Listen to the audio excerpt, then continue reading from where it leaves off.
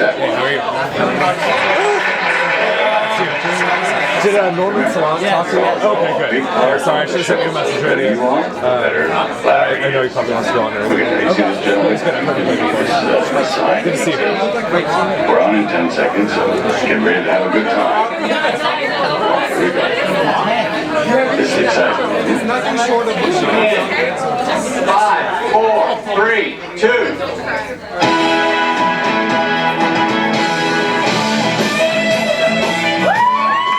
KGB Open Mic Monday! Who's ready? Lion take from New York, everybody! The heart of the culture! We're taking the culture back!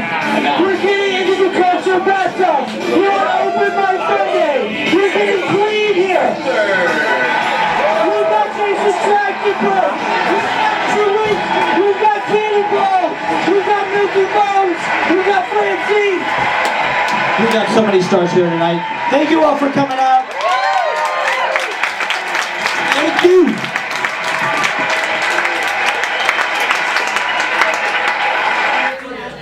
Thank you all for coming out to Open Mic Monday. I'm Matt Proctor, I'm your host. We have so much great entertainment. We have amazing entertainers. Matthew Silver is here. Nikki, our Jacob is here. Tatyana is here. Sarah Osit is here. We have great poetry. We have great comedy. You're going to laugh. You're going to enjoy yourself. We got classical microphones. We got piano. We got cabaret. I'm the compere. This is a chat noir. This is the burlesque comedy. I'm staying in Brownsville, near where Jackie Gleason grew up, and it's the Honeymooners is based on his life out there in a tenement, and he was an MC in Bushwick at the RKO Theater, and so I'm Jackie Gleason tonight, and I'm gonna read some poetry. For a couple of announcements, just to start things off. I'm moving on Wednesday. Yes. Thank you. It's finally. So anybody who wants to help me move, Jason Trachtenberg is always there for me. Thank you. Big round of applause for Jason Trachtenberg, a legend. One of the greatest songwriters in New York. Anything under 20 pounds. I can't lift over 20 pounds. It's all very small boxes. This is my greatest strength.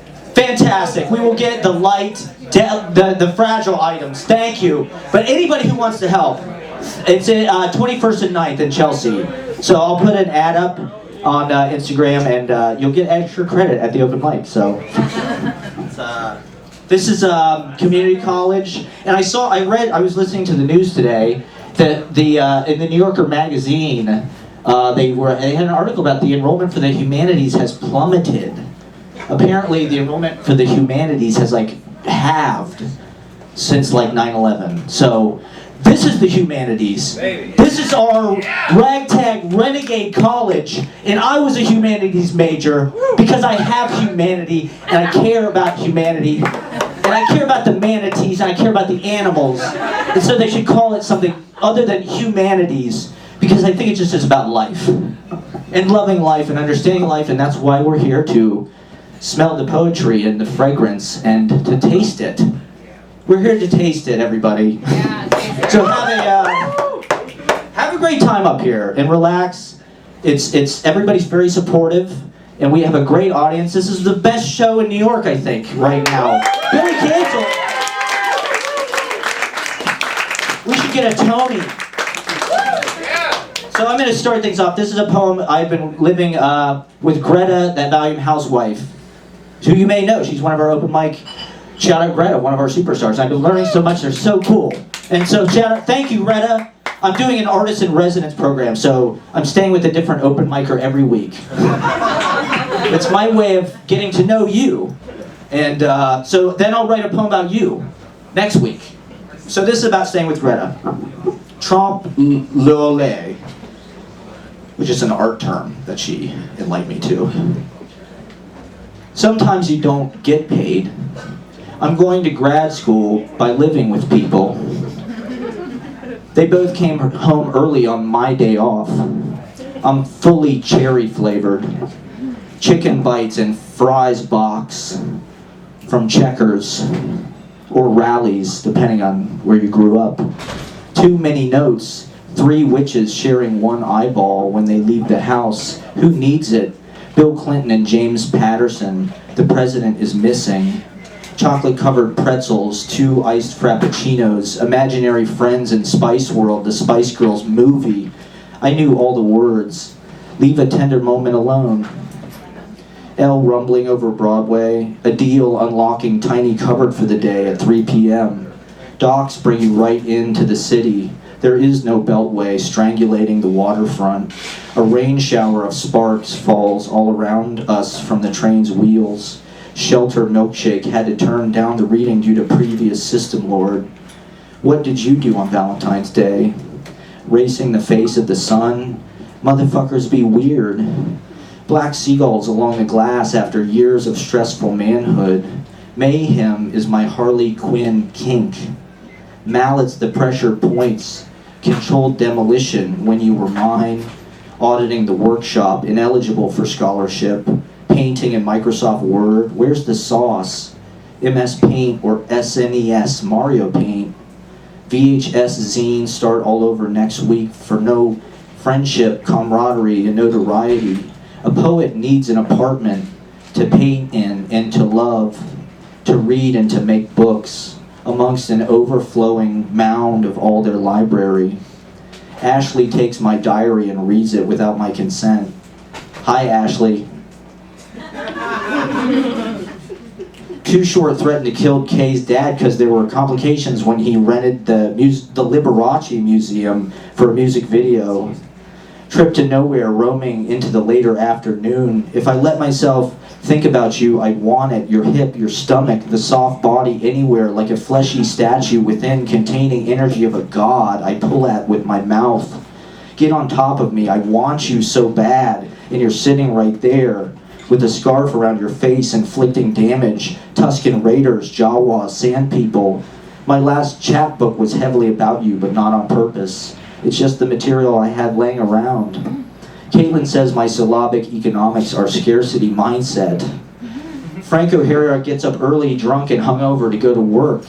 MC Escher, empty in the center. James Spader, Maggie Gyllenhaal and secretary. I live with a prostitute like Jesus. There's a trickle-down theory to dabs. Kay is composing an email to Eileen Miles. I have no advice, having developed in weird clubs, basements, weddings, and gigs. A rare talent, sole practitioner of the field. Call you on your bullshit. We're gonna rock treasure, stir the pot, deconstruct the geopolitical situation, looking psycho, lady die, amen. Who's ready to have a good time, everybody?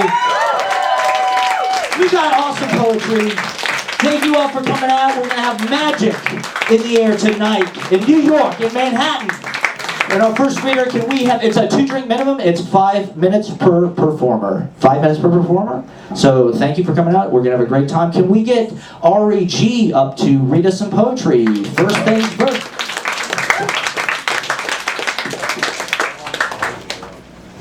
Can I actually sit? Yes. I'm gonna do something a little different.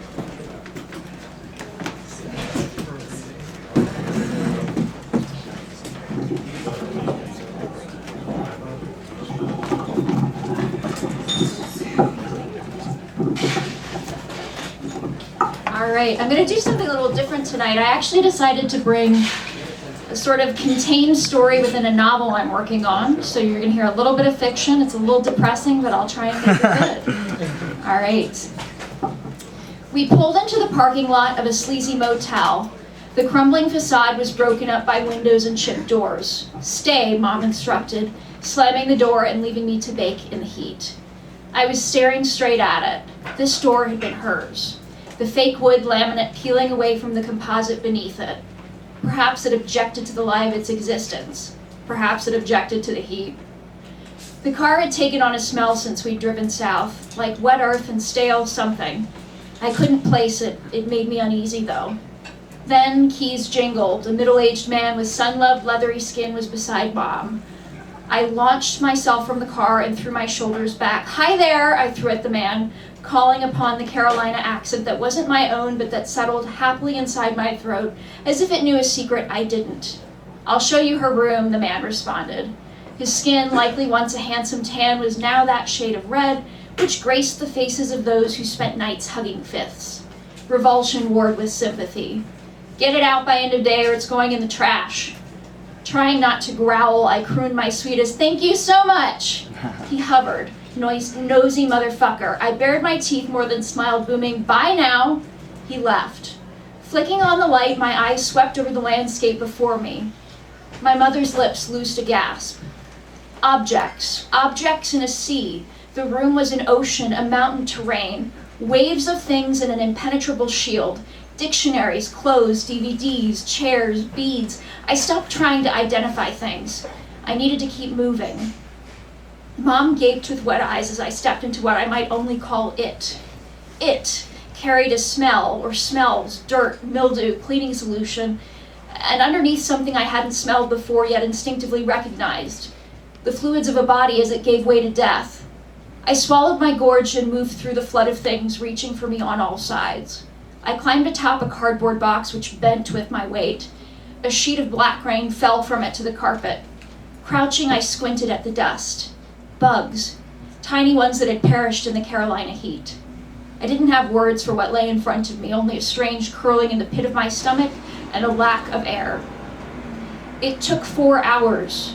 I stopped really seeing after a few minutes, though I saw what I held but nothing else. It was like the room didn't exist. My skin was slick like a chicken before the roast, flesh quivering from strain or perhaps some emotion I didn't have the time or luxury to address. Mom was stony. When we finished, she disappeared into the bathroom and I heard her muffled cry. Then a tall woman with dark brown skin appeared in the door. "Can I help you?" I asked. "Are you Miss Rita's daughter?" She tilted her head. "Oh no, Rita was my aunt. She didn't have kids." "Did you know her?" My breath shallowed. She kept to herself, but I'd clean in the early days. I wondered what she remembered. "When's the last time you saw her?" I asked, heart pounding. 3 weeks, the woman's brow furrowed. "How did they?" I gestured to the now empty room. Lily paused. It's okay.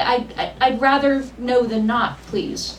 She looked me in the eye in a gentle voice. She said, "No one saw Rita for a couple weeks, then a maid complained about the smell." I inhaled sharply. "I see. Thank you for telling me. I'm sorry." She bowed her head a little as she spoke. "I should go now." She moved briskly down the sidewalk towards the next room. Then the door to the bathroom opened and my mother strode in. "This is enough. Let's go." Mom spoke with some conjured authority. "Let's do a once-over, then we'll go," I spoke in as kind a voice as I could. "Fine," she muttered. I walked through the space as maybe Aunt Rita had her first time here. 2 beds, a bedside table, the mini fridge, and a TV. Everything else was gone. The floor was clear. I crouched by a bed to check beneath it, and my fingers met grains of rice. I lifted the bed skirt and was greeted by a white comforter. Beginning to pull it out, I stopped at the sight of a stain. Brown, washed out red, the scent hit me. I wadded it up and shoved it back under the bed. Mom stood in the door looking at the sky. I felt a lump come up my throat and moisture burn my eyes, but I swallowed and clenched my fists until a wave passed. Enough. As we drove Route 1, I ran my fingers along the yarn of a blanket in my lap. It was crocheted by Aunt Rita. "I'm never going back to South Carolina," my mother broke the silence. "I'm so mad at her." I didn't understand. I was mostly just numb. "Now you know where you really come from," my mother smirked as she spoke. "Why we don't talk to the rest of our family. White trash. Our family is all white trash." Thank you. Yeah. The great R.A.G., everybody. Thank you for sharing that. It was wonderful. All right. Once again, it's a 2-drink minimum, 5-minute time limit. Performers. Can we get Mo David to come up? Is Mo David one of our favorites? Making a return. He was off last week. We're so excited to have him back. Mo David, everybody. What's up, everyone? My God, I've never gone this early. The stakes could not be higher.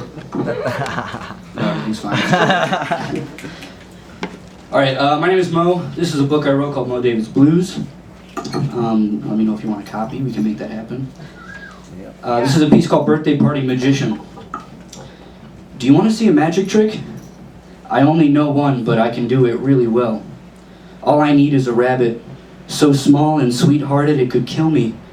With a wave from my wand, I'll make him a man. It'll only take a second. I just need to say my spell and do my dance, and then before you know it, where the furry creature was just sitting, there will be a boy to hold my hand. If he doesn't have clothes, that's no problem. I'll fix up a tux, I'll buy him a bow tie, I'll show him soft lighting and linens and love. Real love, really. And we'll all clap and laugh and be amazed by the changes that can happen to people, or to rabbits, when the time is right. There will be a feeling of cosmic alignment and simple joy and togetherness, which is beautiful and worthwhile. But then the truth. I'm not a wizard, of course. I'm a birthday party magician. The man was only a mirror, our love just plastic theatrics, my magic a trick. After all the cake is eaten, after the confetti is collected, I'll be left alone with my rabbit, who can't really hold a conversation the way I'd like him to, and who never asks me any questions about myself. And it will feel so lonely when I look at him that I'll have to run away, and if he's confused and scared, that would be fair. But it's hard to explain to a bunny that I imagined he was something else, and then hurt myself with the truth. Afterwards, when the audience is gone and it's just me and him picking out the real from the fake, it will be hard for both of us to tell which is which. It will be hard to say if I was the trickster or the tricked. It will be difficult to decide if I was lying to myself too. But I will try to explain that my love was real, and the rabbit won't believe me, which I understand because I probably wouldn't either. Thank you so much.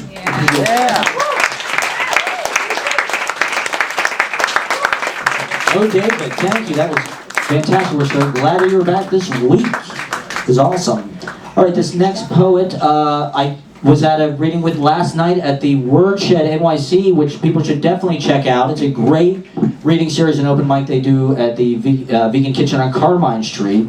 So I'm super excited to have her here, I think for the first time. Let's have a big round of applause for Monique Erickson, everybody. Monique Erickson.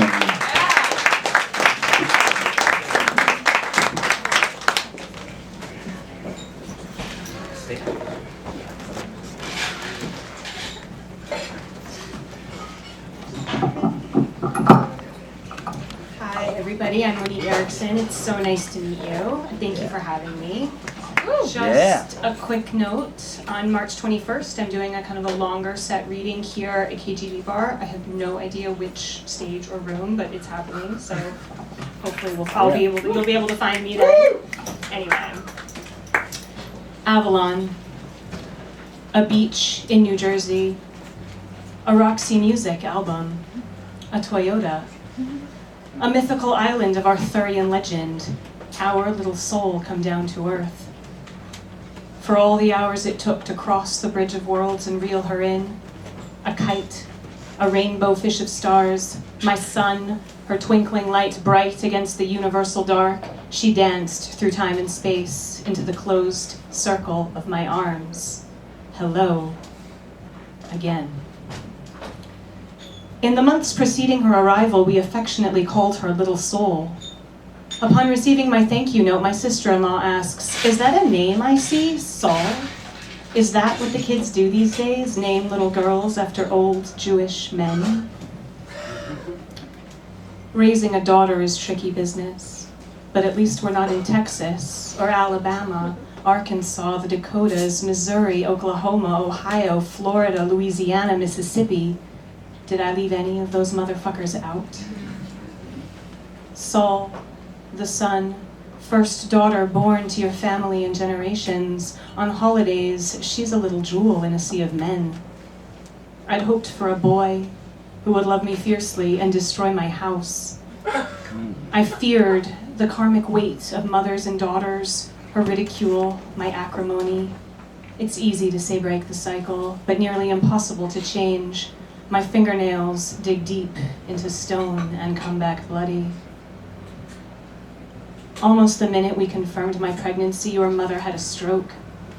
Ellen passed 10 days later, she and Avalon floating past each other, soundless as ships at midnight.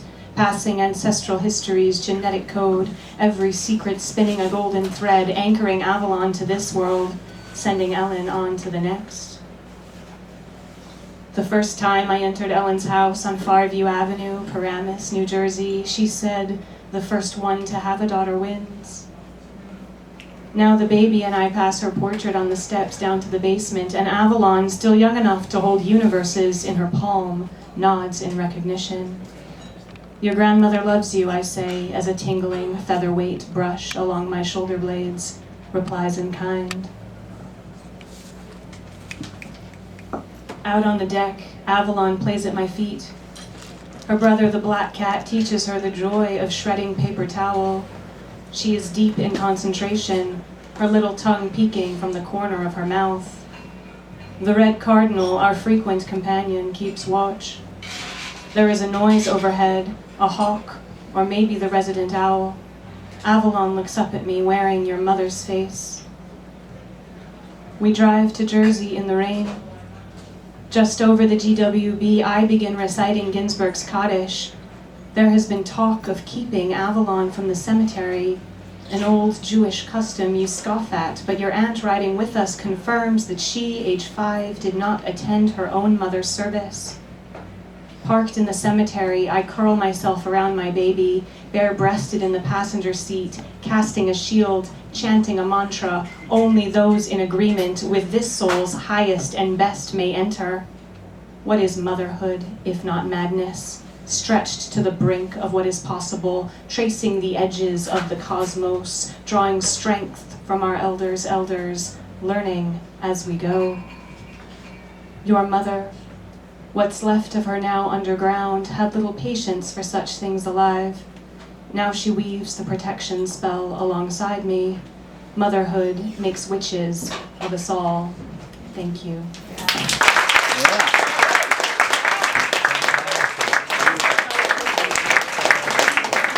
Monique Erickson, everybody. Fantastic. Check out her Instagram. Great work. All right, let's get some music. Can we get James W to play some piano for us? Got some piano, everybody.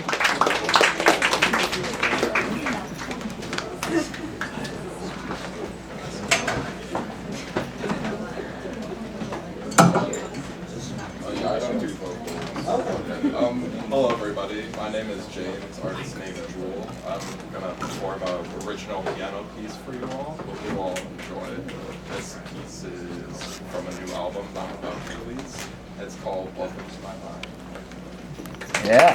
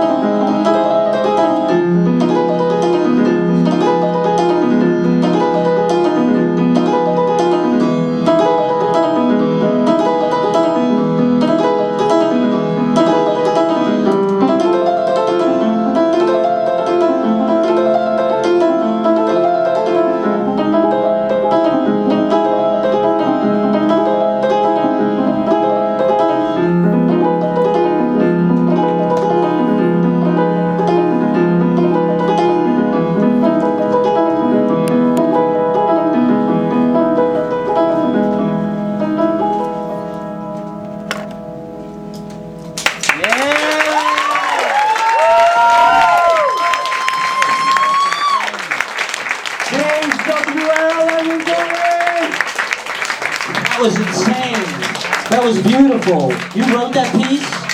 That's incredible. Is that on Spotify or anything? Bandcamp or anything? Oh yeah, I'm about to release it. I have to finish the rest of the album. Fantastic. Really beautiful. Check out James on Instagram. That was one more round of applause. Fantasia. Oh, it's like Debussy in here. All right, can we get Nikki Jakob to read some poems for us? One of our favorites. She's good. Big round of applause for Nikki Jakob, everybody.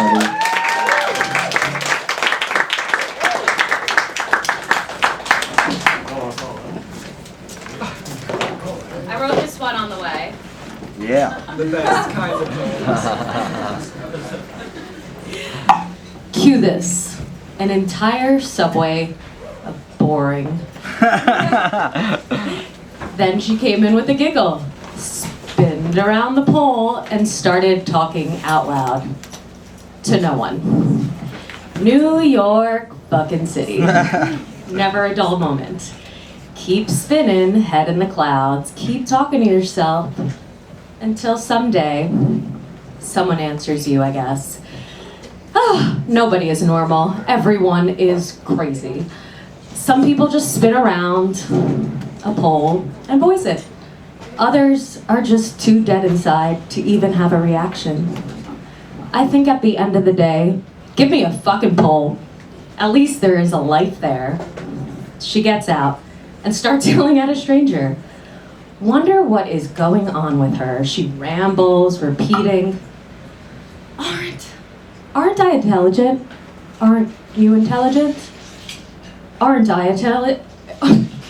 Aren't I intelligent? A question. Does she want an answer? A reaction? What is she searching for?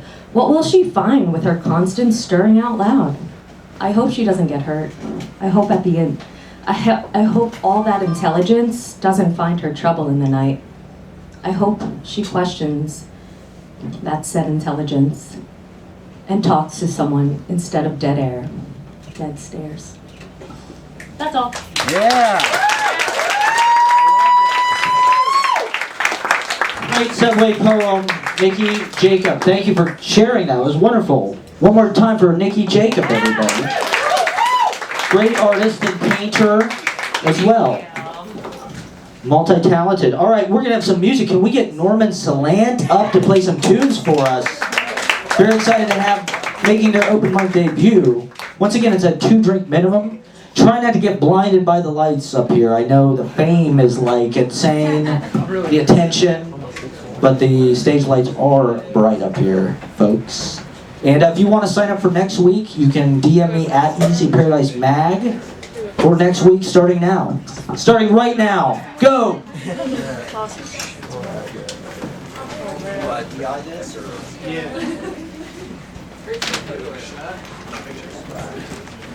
Woo!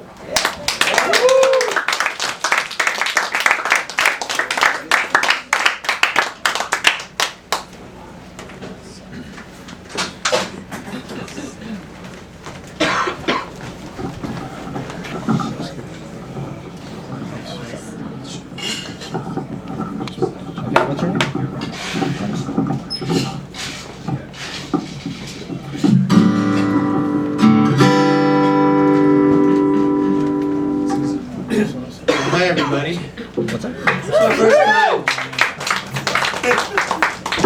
This is my first time here. I just heard about this from Thomas Eliot. So I'm going to play this song. It's called Degas in the Myth.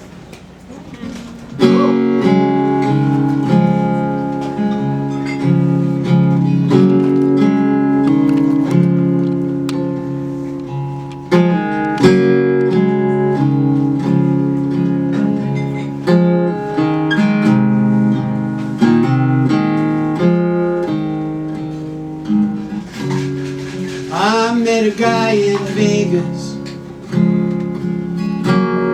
He said his name was Degas.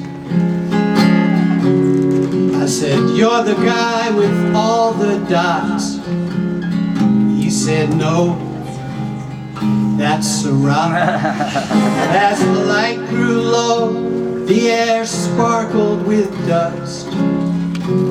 He said, we're only here to do what we must. Just remember, not every calling has a caller. Then he grabbed my arm, and his voice turned to ice. He said, nobody ever gets to do this twice.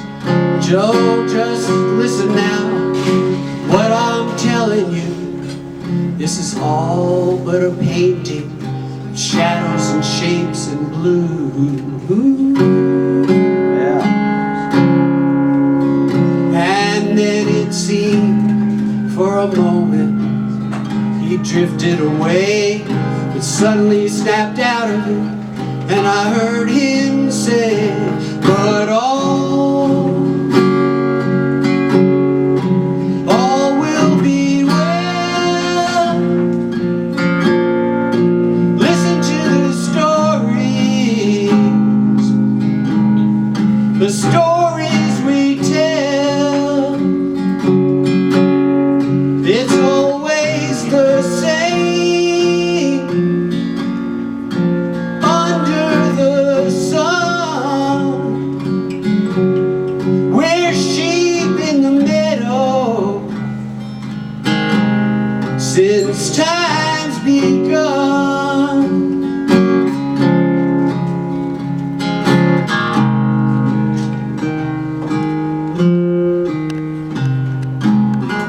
And then he said, but I'm just a painter, what do I know?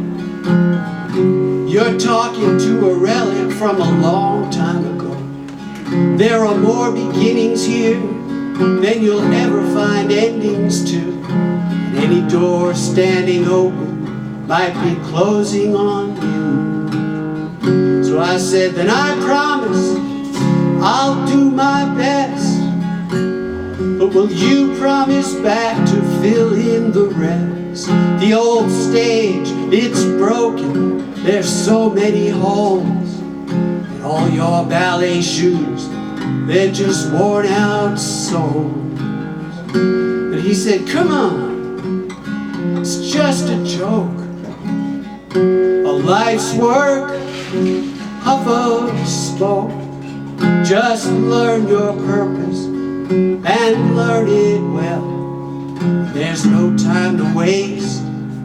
Press your finger to the bell, Yeah. and all will be well. Just listen to the stories we tell. It's always been the same under the sun. We're sheep in the meadow since time's begun.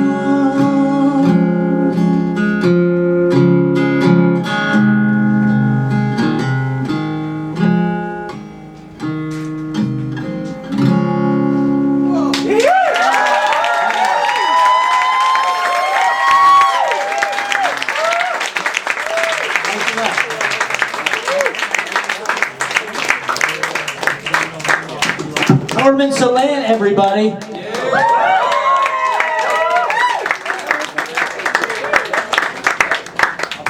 Oh yeah, come back anytime. Beautiful, Norman Salant, everybody. All right, we got so much great entertainment coming to you. Music, piano, guitar. Did you hear the thunder? Yes. You heard the thunder earlier? It's snowing. We made that happen with the poetry. We control the weather with the spell casting. Speaking of which, it continues. Can we get one of our favorites, one of my favorite poets, can we get Tatyana up to read some poetry for us? Yes. Fills in sometimes at Dead Pete's in Williamsburg. Check out Dead Pete's first Friday of every month at Pete's Candy Store. Tatyana, everybody. Hey guys. That was so beautiful. Yeah. Look, I'm like kind of emotional. Also, all my poetry is like about dicks, so I don't know. Yeah. Following that, like, whatever. This is fucked up. So last time I was here was for like the Valentine's Day open mic, and everything I read about was about my ex, and it was all like lovey. And so now I'm just gonna read about all these other people that I hate. That are not my ex. Okay. We'll see how this goes. Some of them are new, some are old. Yeah. I woke up this morning and it was spring, and my bed was covered in cough drop wrappers. The room smelled like sweat and ginger. Being sick when everything is blooming is one thing, but being sick and alone and 35 is not what I had in mind when I moved to New York 10 years ago. I should be getting my back rubbed right now by some wonderful man after he feeds me homemade soup. But instead, I'm watching reruns of Modern Family and comparing my last date to Phil. American guys never bring you soup. They're only around when things are fun. American guys know how to have fun, especially when they're not the ones paying. They know how to take shots and walk you home. They never forget to ask to come up. They never forget to tell you they're looking for something casual, but they always forget to bring condoms.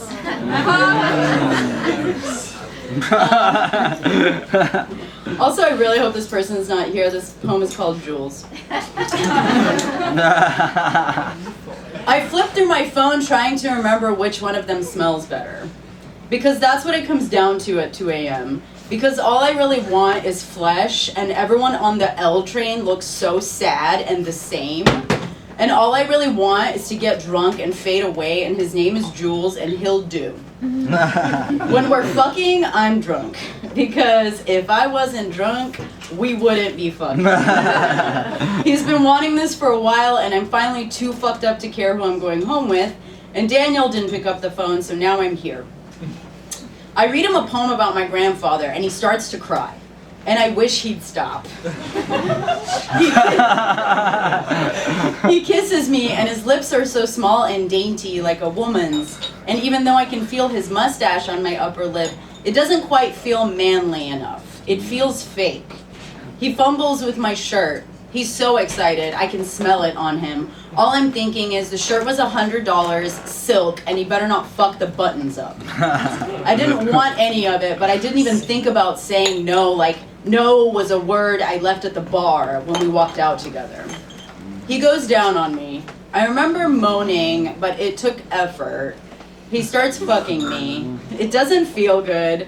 It hurts. He stops and says, I want you to come. I say, I never do. He fucks me harder. I can't wait for this to be over. He holds me, kisses me all night. I sleep like I've never wanted to be further from anything. Like I'm hiding there. He wakes up and wants to go again. I am sober enough to say no this time. I'm not a morning sex kind of person, I say. What I really want to say is, last night was a mistake. Let's not make another one. He rolls over, defeated, sad. I get dressed. I come home and feel so ashamed. He smelled of nothing, and I'm glad I can't smell him on me. I text Daniel, come over. I'm lonely. Yes. Beautiful. Tatyana, everybody. It's all too real. Thank you for sharing that brave work. That was like, we all know this. Toxic masculinity. Dump him. Dump him. That's what I say. All right, let's get some comedy and let's just crank it up a notch. What do you say? This next performer, yeah, let's go. It's Monday. It's prime time, baby. Thank you. Thank you, Aaron. Aaron Gannon, everybody. Support. That's what we're here for. This is our yoga class of creativity. All right. This next performer runs a comedy show at St. Mark's Comedy Club, the other side of comedy. Check it out. It's innovative comedy. Get ready to have your mind blown. Let's have a big round of applause. New York legend, Matthew Silver, everybody.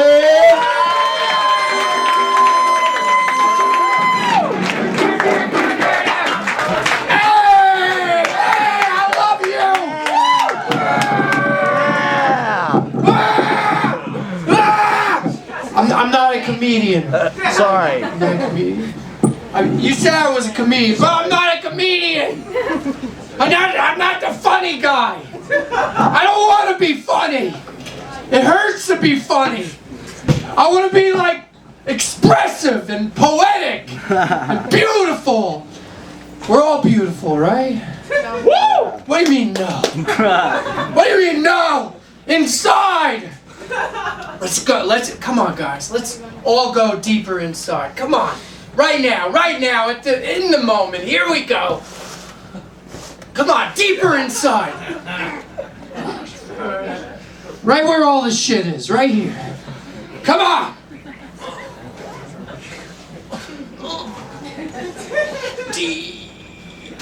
Deep in your emotional pain, your emotional triggers. Face the shit. Face the shit. Be the shit. You are the shit. You're one whole big shit right here in the middle of it.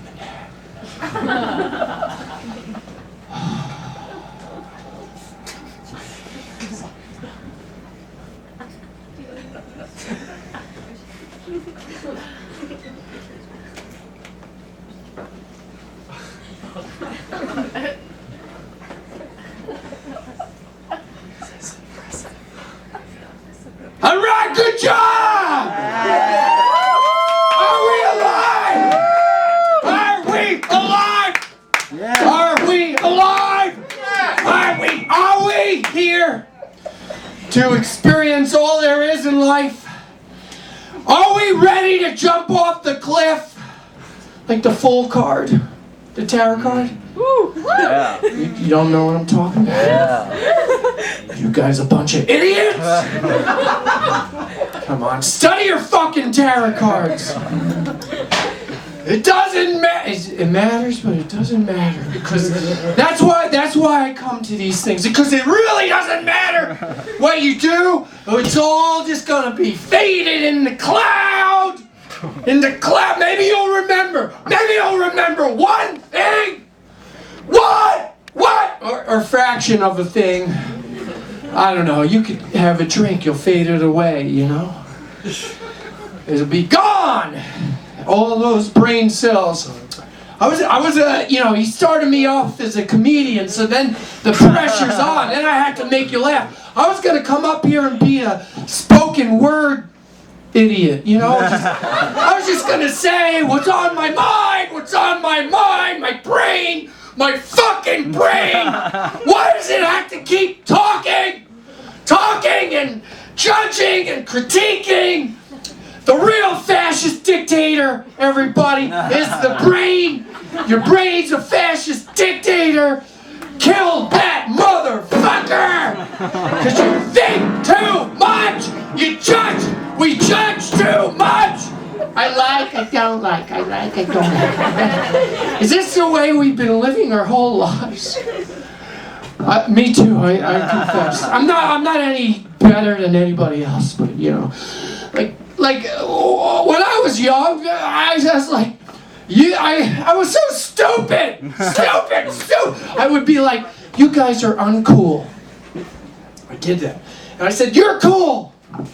I had a whole stupid system, man. And then as I got older, I felt ashamed for my stupidity. Then there's your brain again, making me feel stupid for judging cool and uncool. How immature I am. How lame I am. How unoriginal I am. I'm one whole big shit. That's what I was talking about.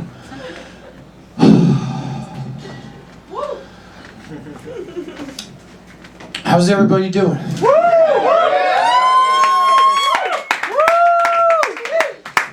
You're like sitting on your chair with your butthole, keeping your butthole soft and warm. The most important part of the body is the butthole. Yeah! Well, actually, it's the heart. I was gonna kill the brain, live with the heart, and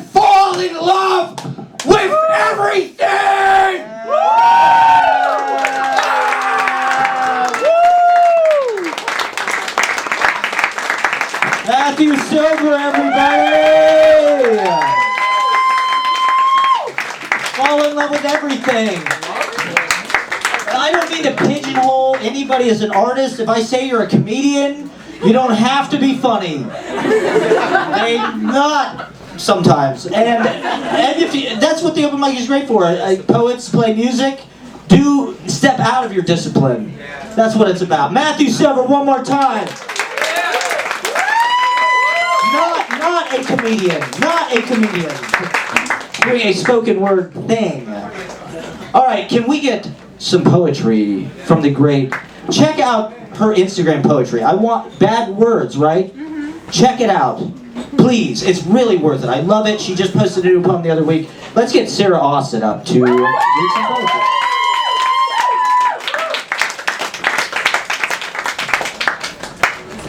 Something completely different. I have two new poems I'm going to read tonight. I think they're pretty related. They're both about New York, and they both involve the word fuck. So, this first one doesn't have a title.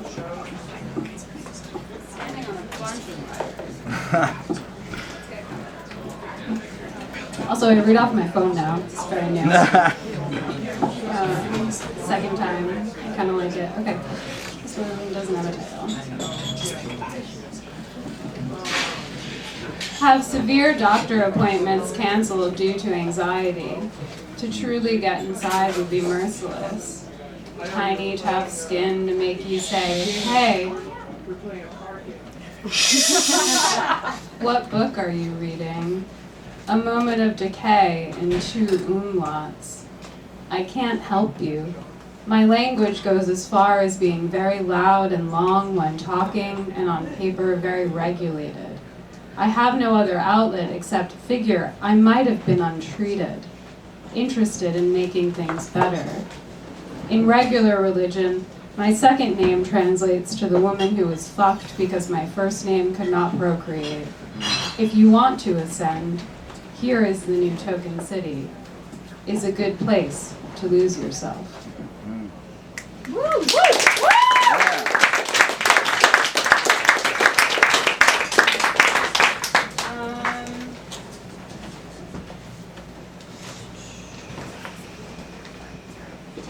Okay, this one I wrote because Ingrid and I went to Brookfield Mall for inspiration. So I'm forever grateful for that idea. It's a weird place. It's called Brookfield. It's such an icy feeling, the small of my back. Days get older, quicker still. The heart, tied, tongue, fist, full, fuck me, fuck you. This entire city built with shit on shoes. Or the cucumber salad immersed in mayo and dill, Ingrid points with a chuckle. I have been on the shelf for years, like a mystery. The birds inside the mall plaza make more sense than an unanswered phone call. Down to the water, where there is always more to find. When the sun is just getting at that hot point, low point. How desperate and how beautiful it all is. Thank you. Yeah.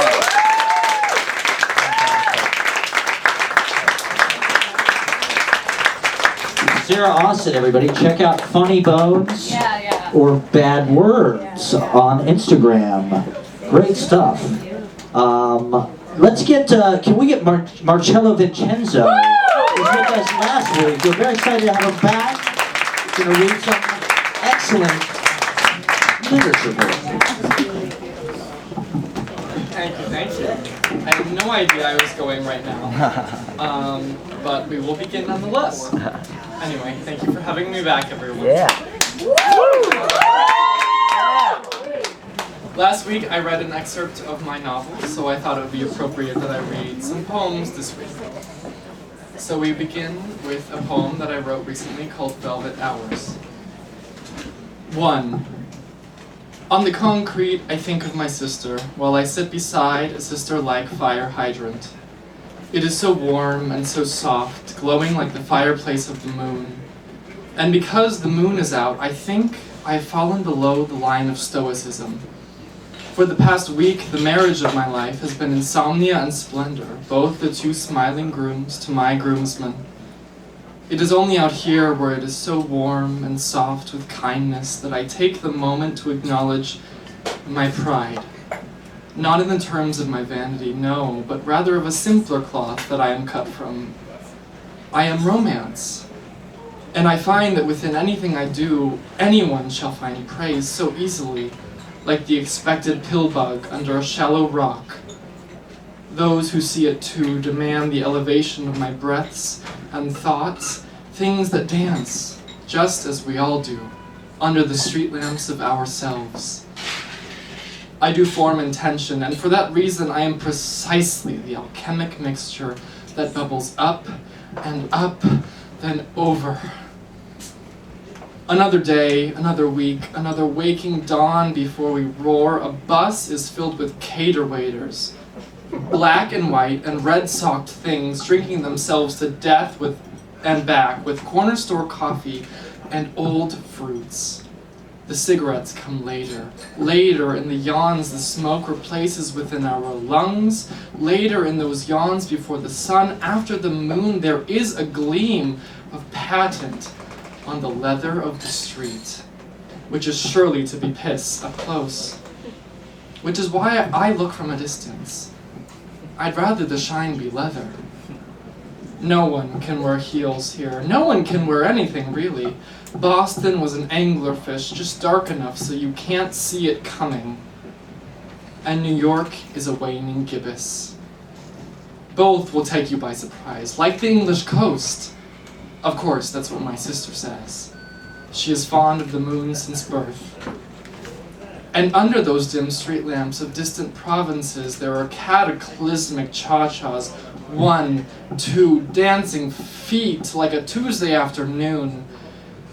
The women's barren legs are at aphelion, the men's prepared wrists in perihelion.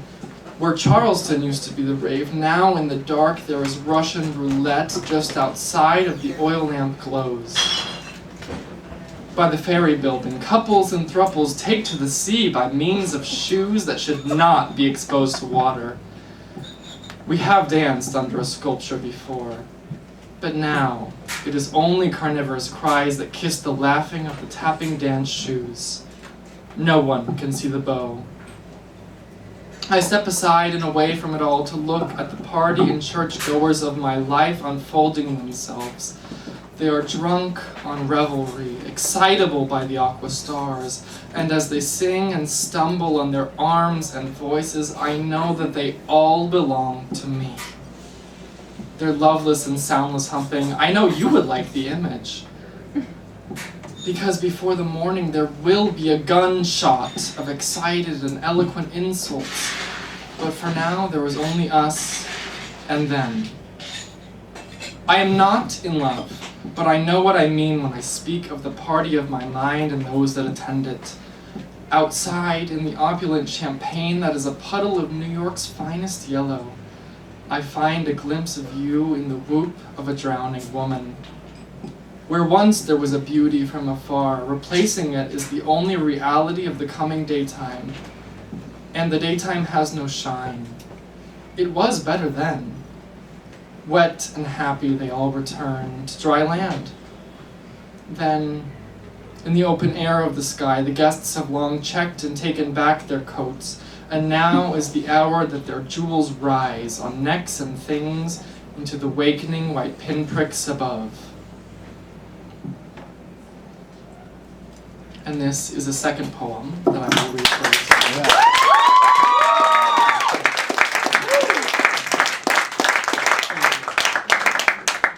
This is a shorter piece that I wrote, I think 4 or 5 years ago, so bear with me. Beautiful chrome cars.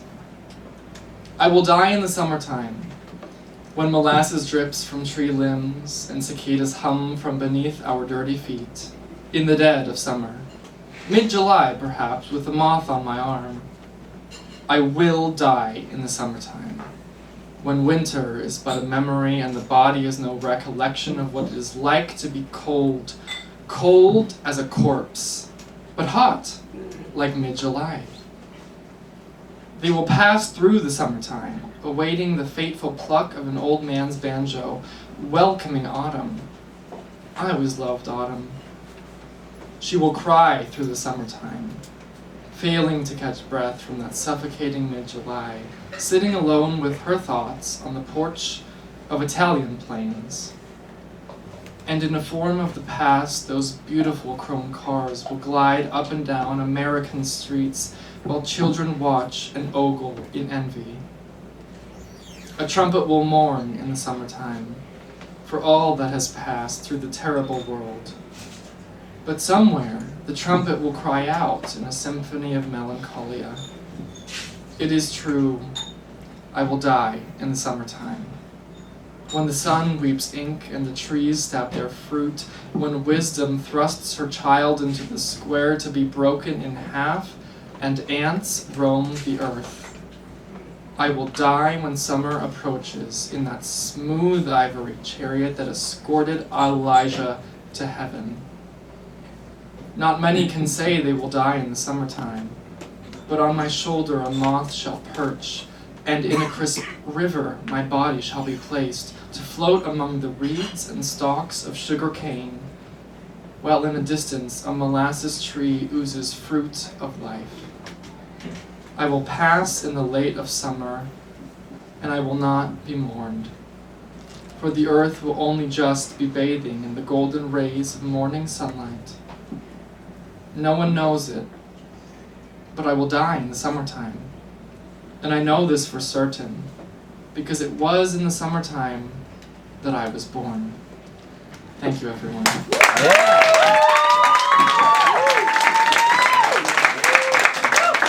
Marcello, Vincenzo, everybody. Styling and profiling. It's fantastic. I love that. That was like Leopardi. Classic. All right, do we have Millie Efraim in the house to read some stuff for us? Is Millie Efraim, I think, making their open mic debut? Let's have a big round of applause, everybody. Making their open mic debut, Millie Efraim.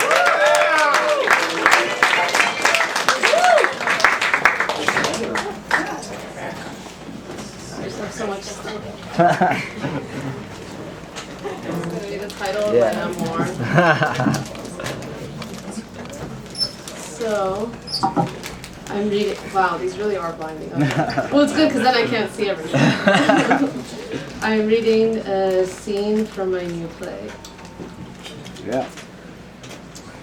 My mom and dad, they often speak to me in these definitive ways, like making statements about my personality. You don't love yourself, you're never going to change. It's really damaging and hurtful. That's such a bad way to communicate, but this is the Persian way. Like they've been conditioned to receive and give love through hysteria and madness. She has to save me, she has to regret, she has to suffer, I have to suffer. Are you in the shower? Yes. Oh, I thought you were eating. No, I don't want to eat all sweaty. So what do you do when you eat alone? I watch TikToks. Don't do that, you're disrespecting your body. I'm sorry, did I communicate that badly? You know, my dad, he was always nitpicking my every movement, staring at me with his eyes as I ate. Don't eat like that, don't sit like that. And now I get paid to do this for a living. People want me to tell them what to do. They want someone who cares about them enough to do that stuff that my dad did to me. They just want someone to care enough to tell them what socks to buy. You know, I've been meaning to tell you that was one of the things that really annoyed me when we were dating. You make these really large statements without knowing anything. You shut me down a lot, like when you'd say, "How are you qualified to help Bill?" Do you remember that? Yes, I do. That's really hurtful. And I'm not his therapist. Do you understand that? Not really. Coaching is not therapy. He has a therapist. I just help him make better decisions. I motivate him to get up in the morning. I make breakfast exciting. Maybe we go somewhere new. We go for a walk. You make breakfast exciting? You don't think that's weird? You can't blame me for seeing a homoerotic undertone in this. Of course there is, with all my clients. He has no father figure, and I give him the love and sense of direction only a father would have given him. So I'm replacing all these things, and I'm young and attractive. A lot of my clients are attracted to me. But that's where I come in. I establish boundaries, and at least I use my control over them for the better good. Like overcoming sex addiction, or... And it's a lot about touch coaching. Touching is very important, and healing. So what do you say to your clients? It depends who I'm working with. So what's the latest with the clairvoyant's daughter? Yeah. What? No, I'm submitting it some places, and I'm working on this new play too. What new play? I'm writing a new play. You just wrote one. Okay, and I'm writing another one. Millie, you need to follow through with some things. I am following through. I'm a playwright. I write plays. Plural. That feels so good to finally dignify myself. Okay, I'm happy about that, but you shouldn't let go of this play. You already let go of the podcast. I didn't let go of anything. I'm just aware of the fact that this new play I'm working on is more exciting and alive than the previous one. What is this new play? Well, it's about the making of my first play. What do you mean? You didn't make the first one yet. Well, maybe I am making it. See, I didn't give up. So this is about that, and it's about my life now, and, well, it's about your life too. It's about all of this.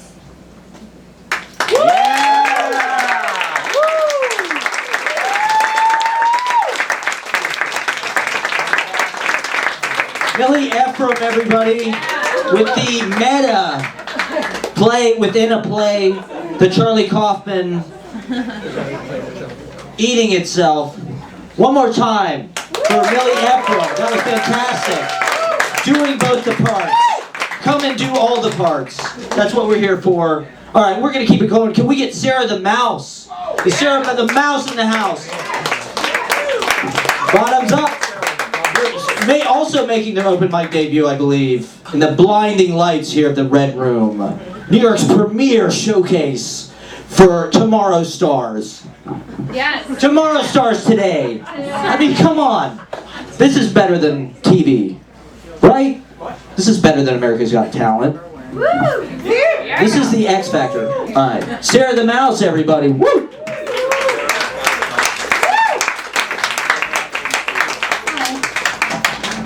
My real name is like Sarah Moskowitz, but no, but it's good.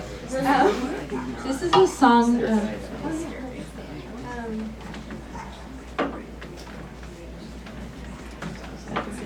I'm gonna have you guys sing along if that's okay. Yeah.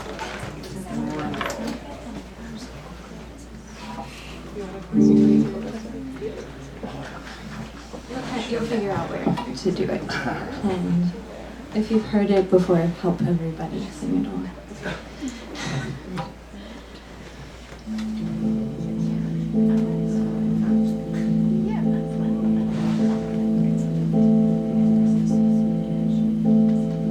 I was walking in the woods at the darkest end of day when I saw my lover's ghost call to me from far away. So from a distance I said, tell me please, I pray. But with his mournful eyes he had only this to say.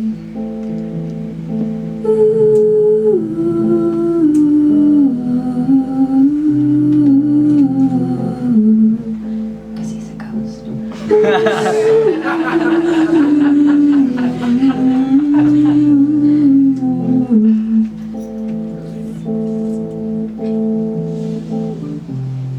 Hear me now, ghost, I am yours since I heard your cry.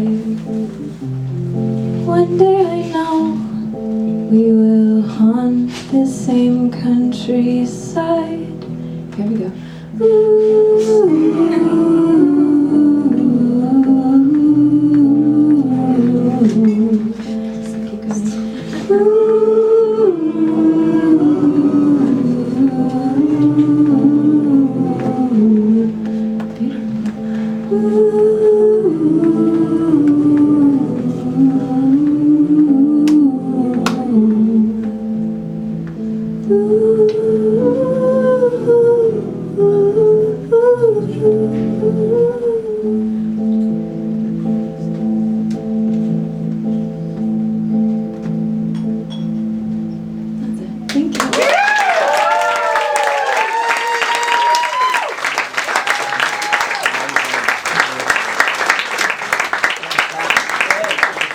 Sarah Moskowitz, haunting.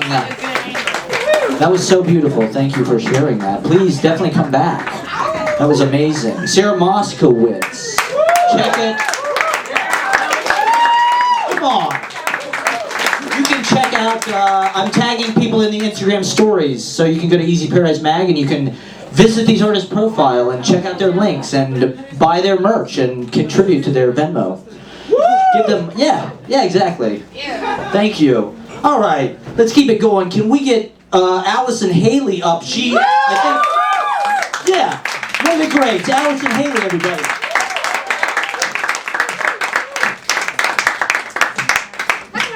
Yeah. One more time for Marco. I have so many wonderful things to say about that man. But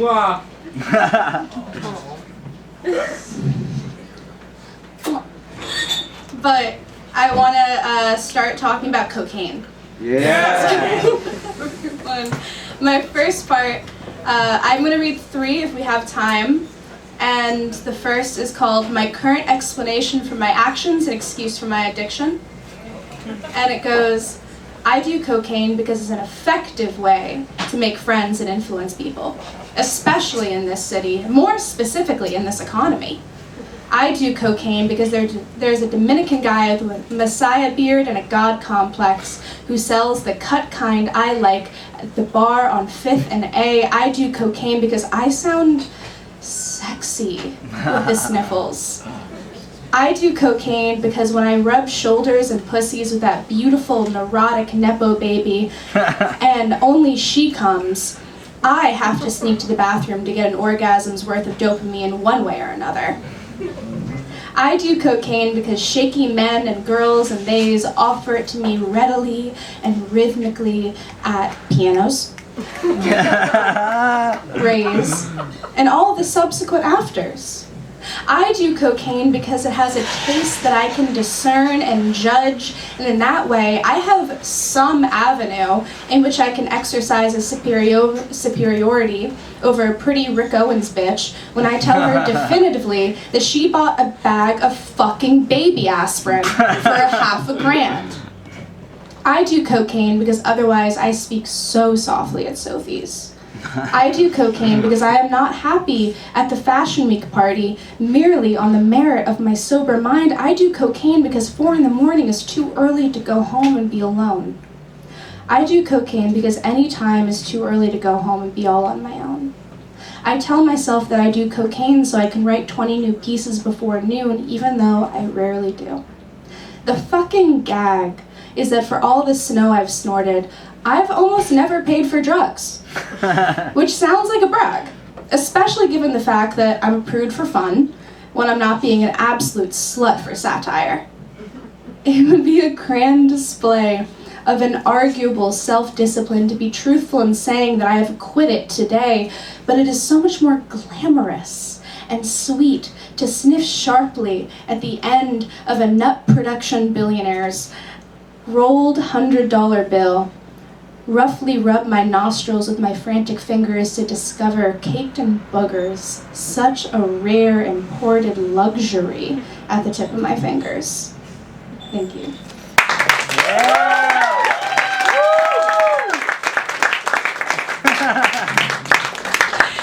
And the next piece I wrote is from my last bender.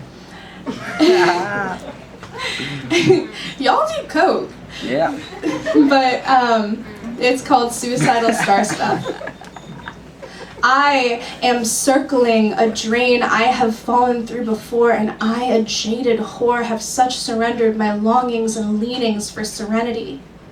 I am now too tired of my tedious tirades, my efforts and endeavors and subsequent failures to seek rest.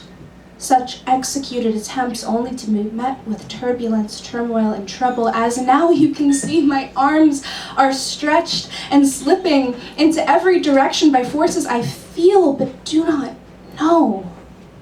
For I have fought and found only new friction for me here. Staying here as I am, as I can only be in this place, surely means no sweet sleep for me yet, and yet I bet I will rest when all the rest finally fades to speckled, sparkling, black, and then I will allow myself to only be a piece of color-coded, organized eternity. Only then will I be able to fade into being but a bit of this brilliant, fascinating front for and of our beautiful, brief existence, and then I imagine there will finally fully be peace. Thank you. And the last piece, I wrote this after, y'all, not to get personal, but I wrote this after I started having cocaine-induced mini strokes. Apparently that happens. Yeah. Who clapped? But it's called Pretty Face Laid to Waste. Pretty girls get whatever they want in large, generous quantities. And after hours of getting into the right hair, makeup, and skimpy excuse for a fit, I could trick others into seeing me as a pretty girl, only under the right light, that is. And I was notoriously capable of conjuring the cocaine confidence necessary to search the center of the room for the best brand of beams from disco ball gleams. In moments of such success, I offered only the finest of my face and its features to the people in the rooms around me.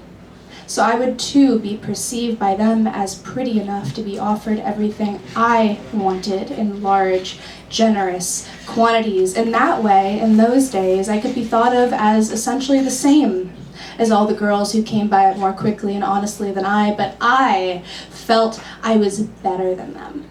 In those days, in that way, I did more with what I was given than they did with what God graced them with. I felt I had captured what others had been handed from birth. I discovered the secret workaround to natural beauty. Smoke and mirrors. And thinking of myself as the grand master of illusion, I felt more entitled to everything. Believing that I had earned it in all my effort, and I took everything I was given.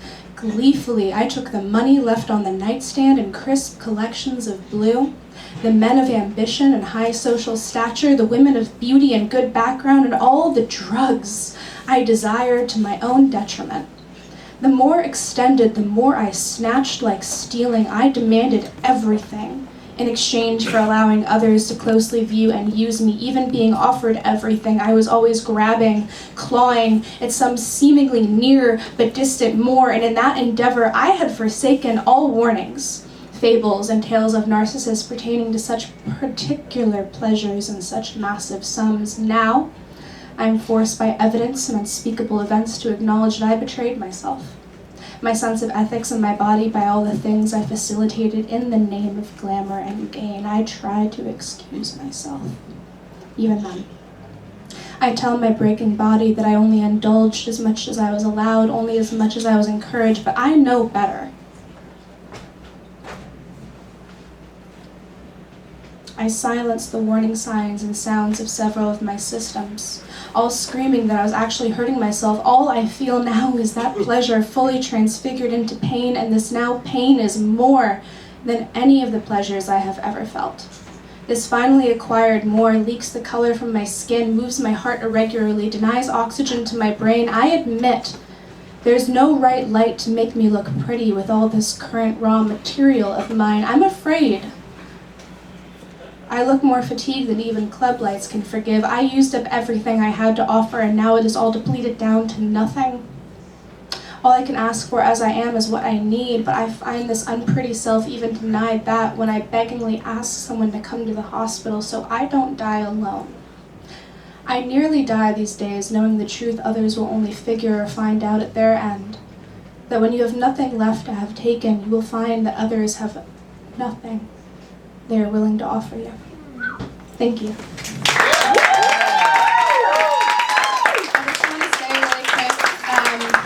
I'm almost 90 days sober. Yes.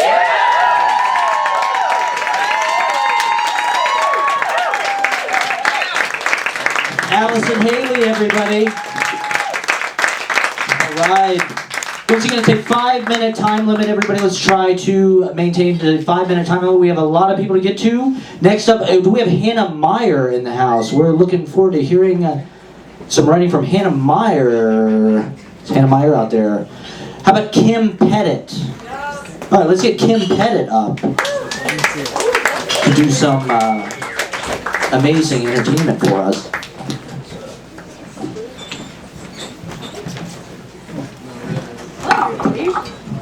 Hi.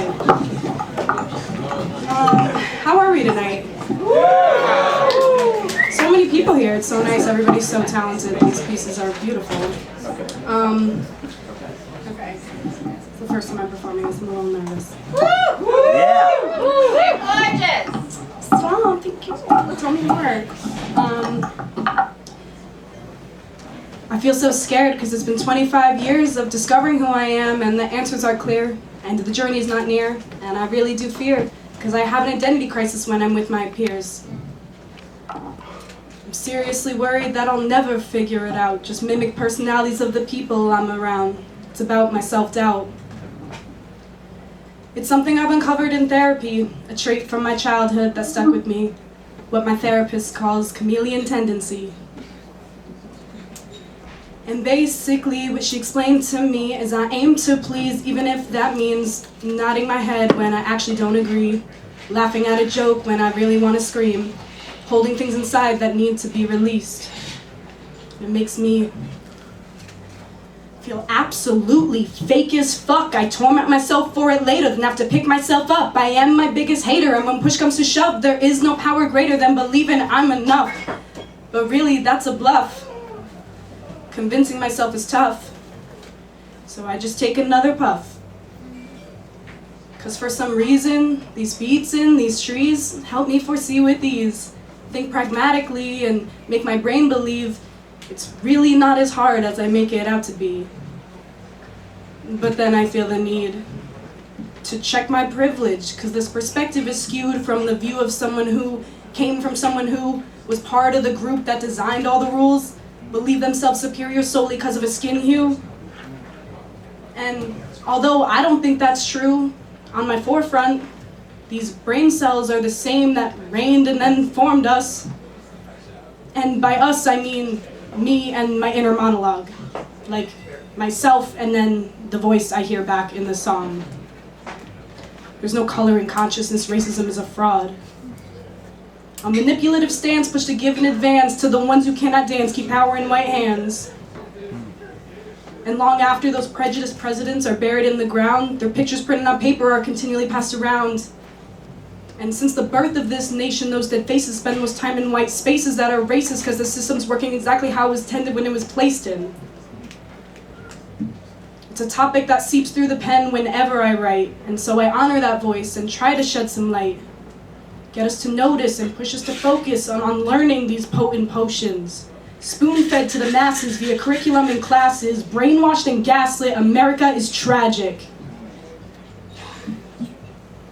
So, white people, let's try not to suppress the feelings that come from being part of the group who oppress.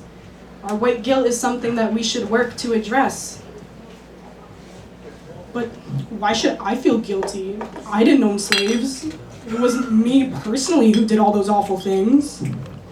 No, but you benefit from the consequences, don't you? And when you see police are killing people, do the victims look like you? Are you really choosing to ignore the facts of the honest truth? Well, I didn't choose to be born in this skin. No, but if you had the option, you would choose it again because nobody would prefer to be underrepresented and part of a group that's constantly tormented by laws that have been invented to ensure that they're prevented from escaping the high tension that white men have presented, and it doesn't get enough attention because of how it's documented as a lie. Which is why, when I speak out in these rhymes, I try to avoid cultural appropriation by using these songs to acknowledge the ones who actually built this nation, and not the white heroes that we're forced to learn about through indoctrination in the schools that never have the proper budget unless it's made for Caucasians. But in there they told us that after the Holocaust, Jews got some compensation. So, damn Uncle Sam, I got a question for you. Where are the slavery reparations? Why are all the people who hold all the power fucking old racists who resemble raisins? Who, even in their days of grapes of wrath, they made the path and did the math to go and snatch the wealth from blacks, create setbacks, tribute crack, the pigs mail sacks, and the aftermath is fucking whack. But I'll stop there, because really I just want to be played on the radio station. And of course I'll use my white privilege to get it. That's the easiest way in. Just don't get me started on sexism, because that's a whole different conversation. Thank you. Yeah! Kim Pettit, everybody. That was super dope. Truth. Thank you for saying all that. That was important and dope. Thank you. Kim Pettit, one more time. Check out the social media. That was wonderful. All right, can we get America Murphy up? Is America Murphy?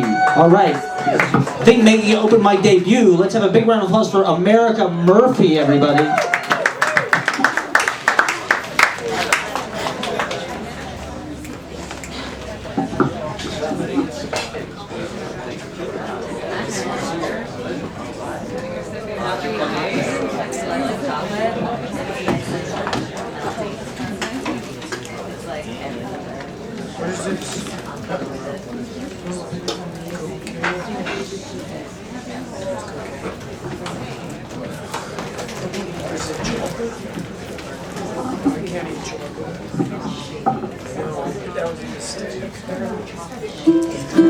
Are the levels okay? Sounds pretty good. Good? Yeah. I can't see any. Yeah, I think it sounds Is good. that a thumbs up? Yes, sounds great, yeah.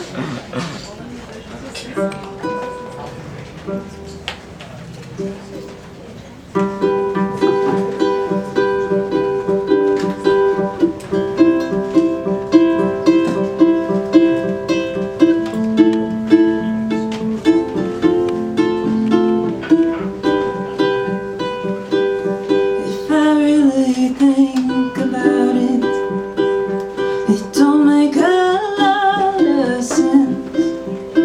As if I'm just gonna pay a dog chasing his tail, and it's just as well. But if I really add it up, one day I'll run out of luck. So I'm not gambling my time, I'm not drinking your wine, yeah, I feel just fine. Well, don't pick up, after all it's all fucked up. And I'm not pitching a fit, I'm not feeling like shit for another year. If you can't get over it, stop trying to get that shoe to fit. Sometimes being alone feels like coming back home after a life out. So spit it out. Yeah, I won't ever shut my mouth. Oh, I like talking a lot, I like sharing my thoughts, and I'm not gonna stop. I've been picking a tune, I've been sleeping till noon, but it's my own home. I've been around here a lot, I've been trying to get caught, but it ends too soon.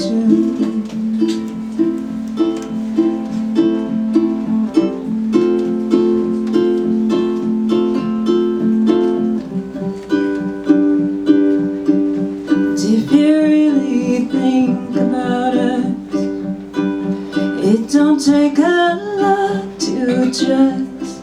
'Cause I still change with the light. You're still sleeping at night, and we don't wanna fight. If you really think about it, it starts to make a lot of sense. I'm not coming back home. I like playing alone on my own playground. 'Cause I know what I want, and I know what you got, and it hurts like hell. Yeah, it hurts like hell.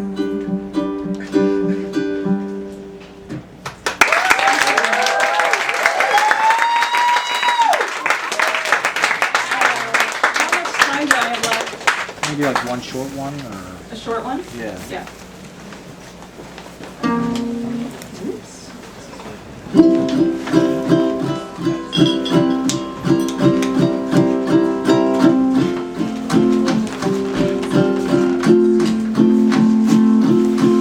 I could eat another bite,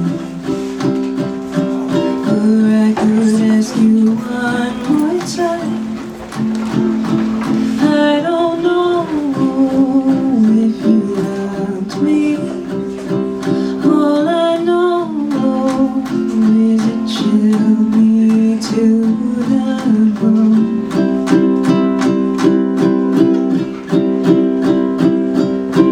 I could do it just like you. I could fake my whole life through. And I don't know if you loved me. All I know is it chilled me to the bone.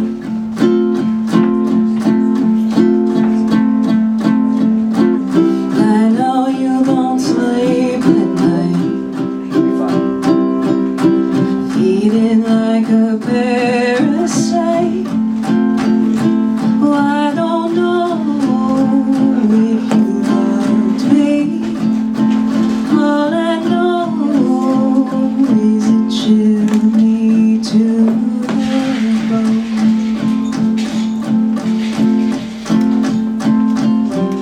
I don't know if you loved me. All I know is it chilled me to the bone. Yeah!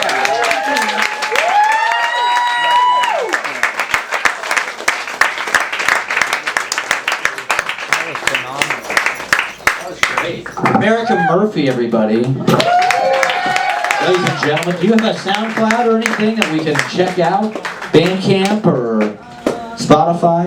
I just have Instagram. Instagram. Check out The America Murphy. The America Murphy. the American Murphy, the one and only, everybody. That sounded phenomenal. Cat power, shades, future cat power vibes.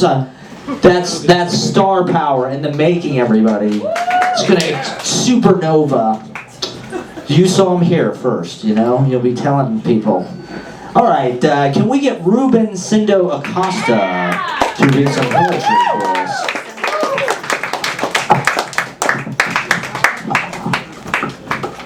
What's good? Yeah. I have three really quick poems that as I was sitting and thinking about it, I was like, these kind of work like a fucked up one act, like 3-act play, so here we go. I want to be a fucking volcanic island. A new volcanic island. Purged and engulfed, I want to feel the sea sizzle against me. A clean slate for new life. I want to feel that life grow with and all over me. I want to feel that life betray me. I want to become barren, and I want to erupt. I want to be a fucking volcanic island.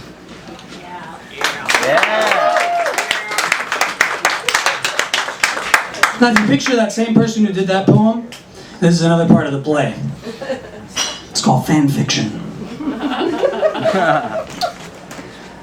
I've been writing fan fiction about the later lives of all of my dead friends. My childhood best friend lives past 19. He becomes a coder. He lives in Bali. He surfs every morning. He loves cold brew. The best one is the one about my dog. I wrote myself out of his story chapters ago. He has no one to tell him no. I was his cancer, and I'm so sorry. Alright. And then the last one. Anybody fuck with Pablo Neruda? Yeah. Book of Questions? If you don't, buy it. It's good. Yeah. Here are mine. Is it true that the sky is always falling? How long are the lives of cemetery trees? Why do my arms always feel tingly when someone is special? Will I ever truly find justice for Temple? Peace. Yeah.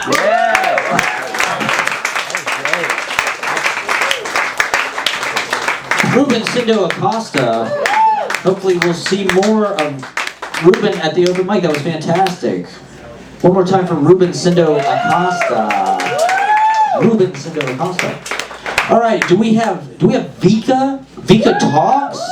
I'm super excited about this next act. Let's have a round of applause for Vika, everybody. All right, hello, beautiful people. This is my first time doing stand-up.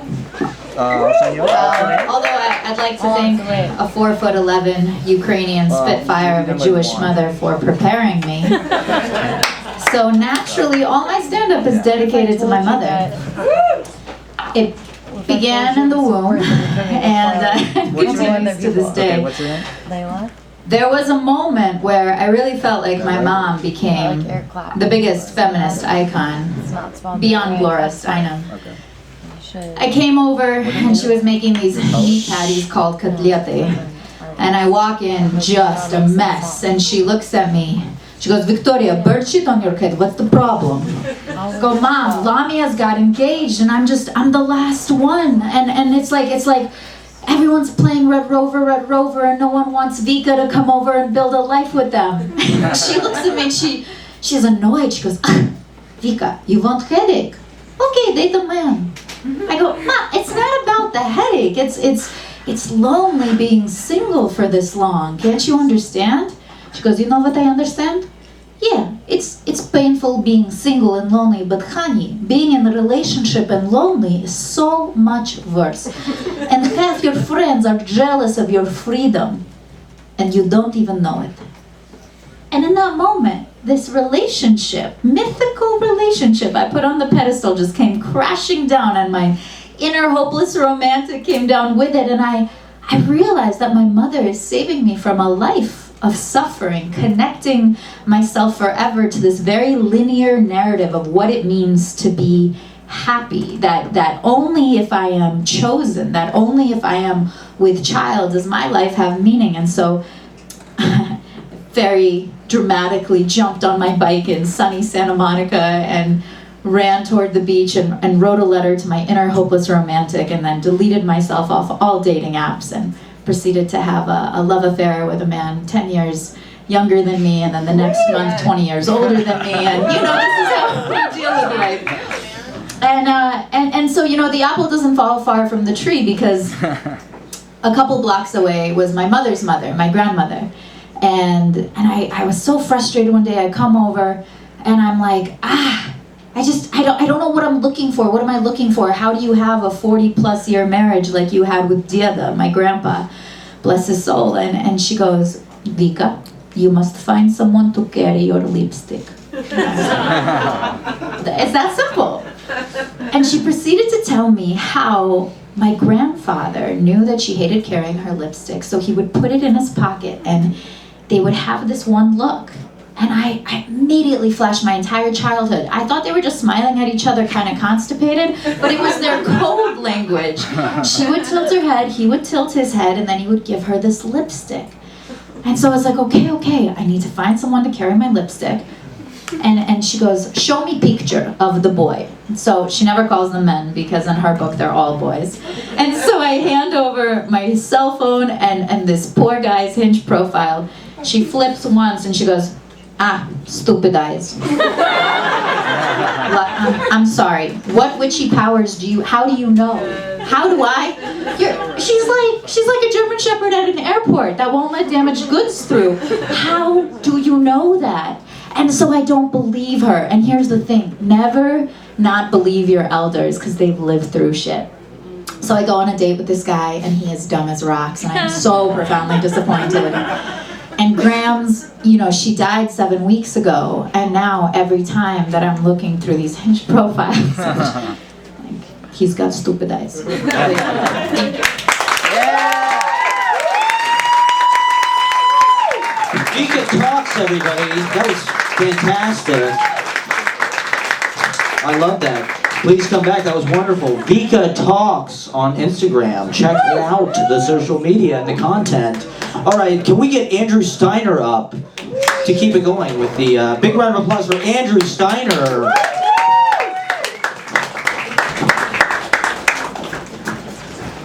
So I'm doing stand-up comedy, but I want to start off with a poem.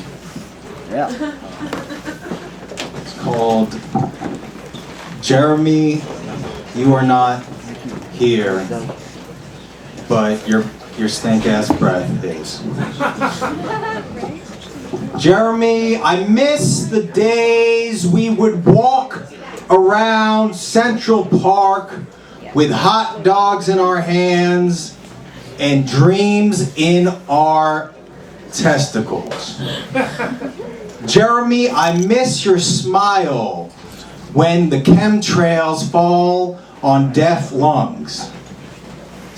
Jeremy, I miss the way you tell me not to blot my pizza with a napkin because it's bleached with chlorine and you don't want me to get swimmer's ear.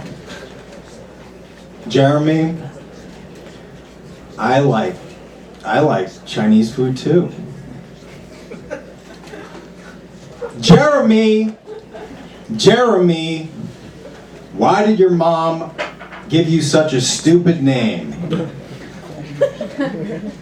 Jeremy is the name of ding-dongs and doorbell ditchers.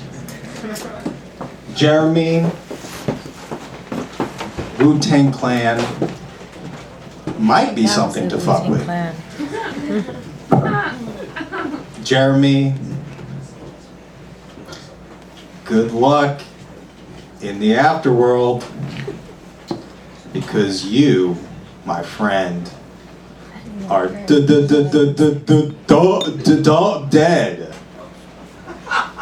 Thank you.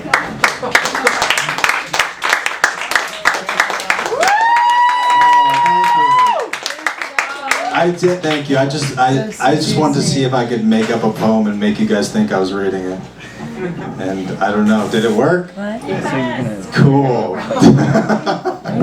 I used to really want to be a poet very badly in college, and then I discovered hallucinogenic drugs, which made me realize that I wanted to play music instead.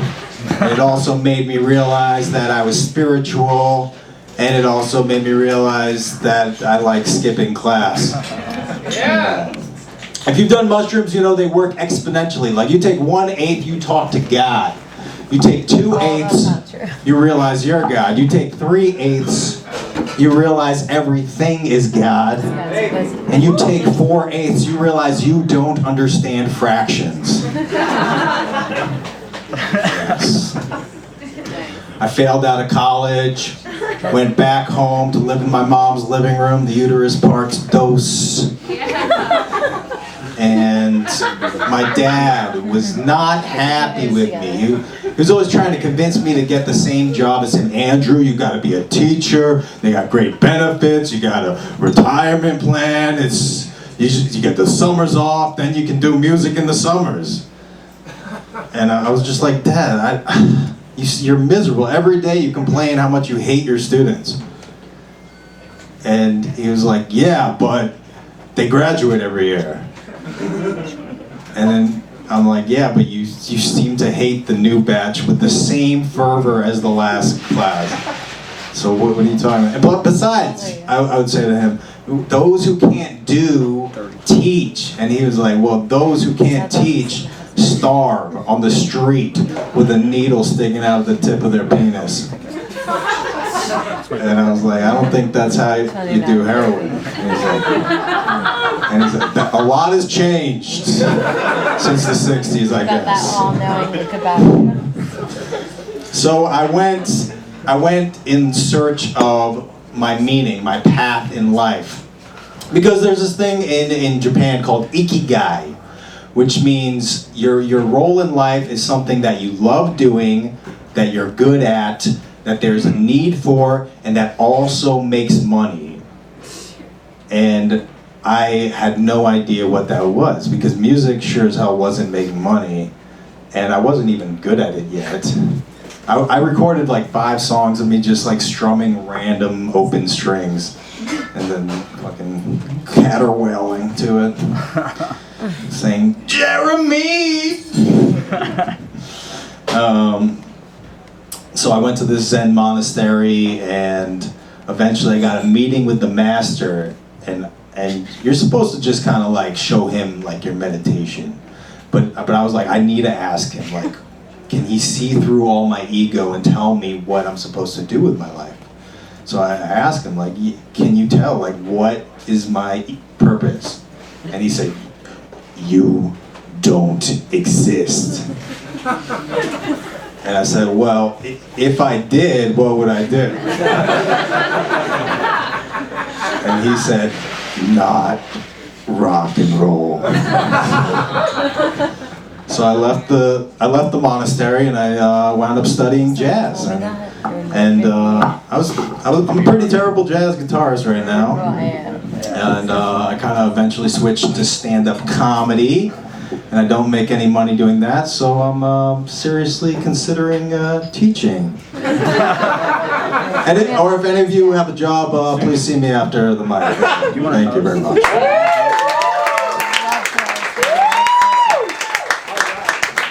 Andrew Steiner, everybody. Hilarious. Keep talking to audiences. Keep getting out there. Keep being hilarious. Once again, it's a 2-drink minimum, everybody. I hope everybody's having a great time. How are we having a great time, everybody? Yeah. All right. Can we get Lana Nauphal up to play some music for us, possibly? One of our favorites, great musician. Whatever you want to do. Yeah, definitely.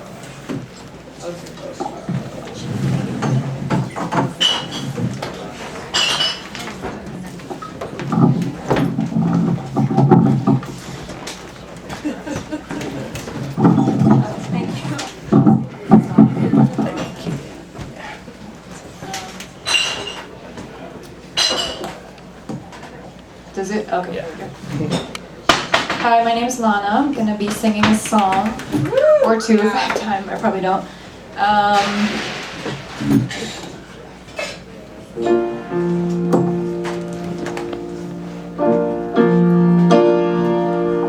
Sorry, give me a sec. Woo! Yeah. Woo!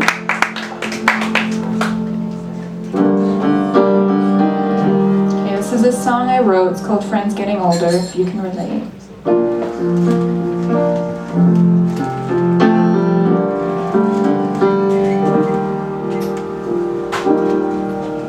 Walking down a street, I stopped at our door.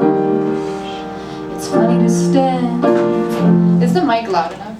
Woo! Yeah. Sorry. I can't hear myself.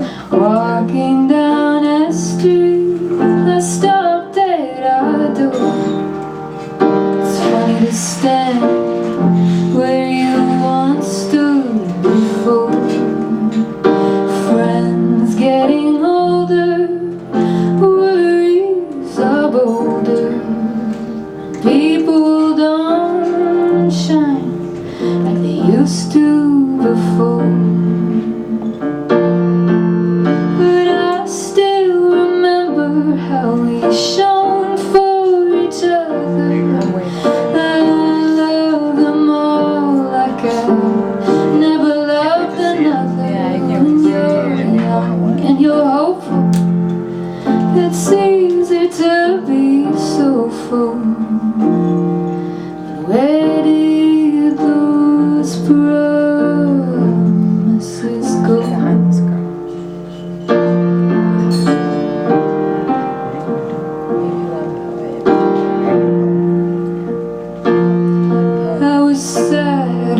Tuesday, so I looked up your name. I don't know how to say there's money in your face. You wrote me a note once, the best straight songs. I'm the only one left singing along. But I still remember how we clung to each other with everyone laughing downstairs. And we spoke of devotion, the most timeless of notions. I guess nobody answered your praise.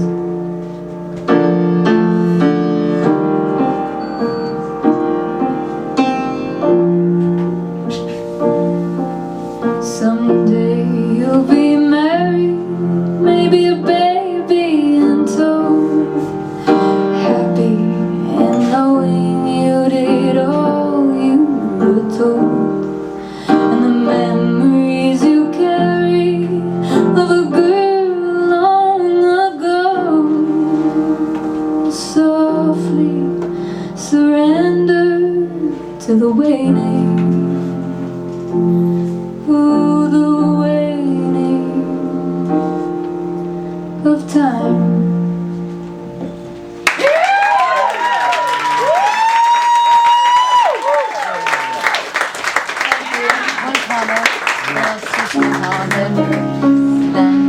I'm gonna do another song of mine called "Something in the Rain," which is almost fitting for tonight. But it's not snow, it's rain.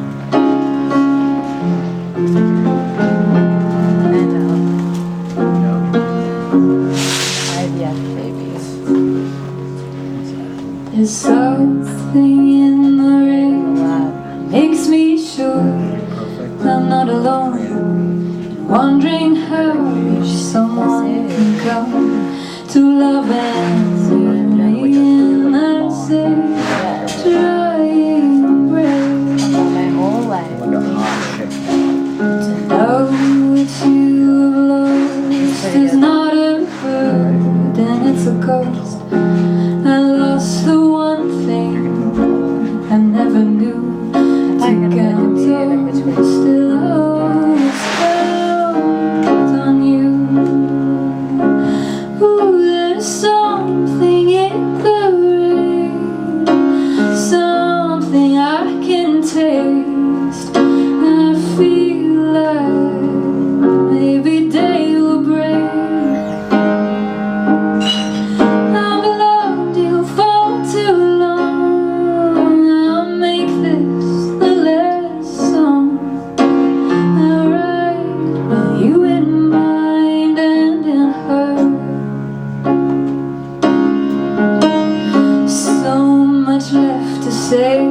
But words they never could obey. The way I always tried to stay a little longer just to hear you call my name.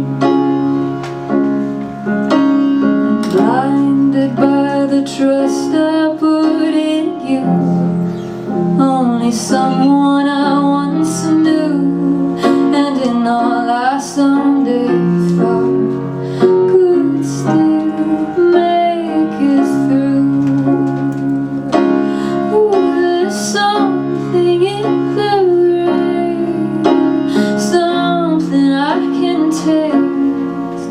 I feel like maybe day will break.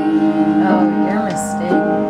I loved you for too long. I'll make this the last song I write with you in mind and in her.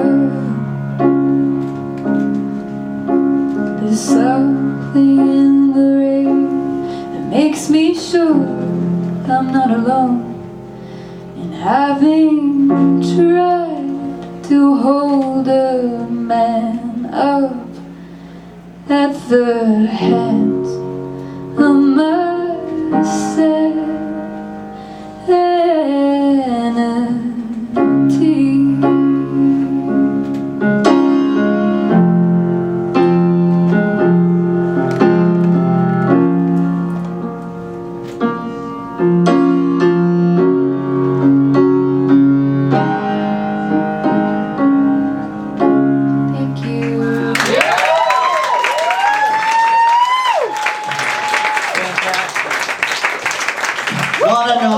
everybody.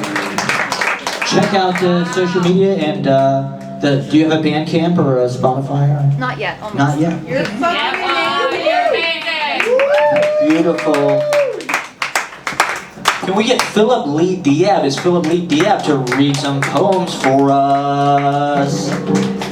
At Easy Paradise Community College. Thank you guys for hanging out the quiet ones. Just gonna read one poem for you tonight. It's called Single Parents Who Tried. We learned right from seeing wrong during childhoods that were anything but wrong. But wrong isn't always bad for all the lessons yet to be had. And examples imperfect but filled with love from within, without, or above. We took it all with a grain of salt, knowing judgment without coupling fault. For who's to know who's to blame when those examples gave you your name? We smelled sex and candy through the airwaves, and teen spirit that soon became our own. Marble reds, secondhand, cheeks red, backhand. But it was all grand in the scheme of things. Mountain Dew and chicken wings, feeling stifled from instability, or at least that's what I learned in psychology. Still, Mama taught us to love, and Daddy showed us how to share it with the world. Two single parents who tried, ever imperfect yet idolized. For their effort, distinct it was, loving us as much as the bottles buzz. Sometimes more, sometimes less, but I digress, lest I get depressed. For to forget, surely not. We liked them better, and they were smoking pot. A flower child like Grandma, she was a blessing and above it all. Taught us substance isn't always abused, and that it's our choice how to use. For to discern virtue, we must be acquainted with vice, and only then may we know the true measure of a man. Tempted by the darkness and refusal to subside, taught by the imperfections we idolize. Ma, Pa, and Grandma too, before the black lung hit him in his youth, rolling 80 foot of steel down the line, hard-working, blue collar, cashing in time, breathing in asbestos for a future he couldn't see, the foundations of the family and the genesis of me. 2 generations here I stand, still a kid at heart, but a full-grown man.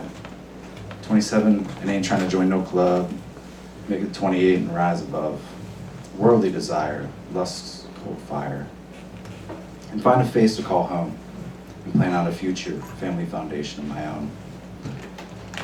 Remember the sacrifices that had to be made, causing imperfect people to imperfectly behave, helping us tell the right from wrong, and still see the good and the bad, teaching us all those lessons need to be had.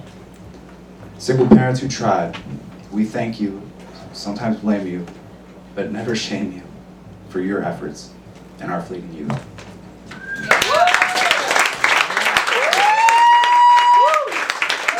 Philip Lee Diab with the couplets, the rhyming tequila couplets.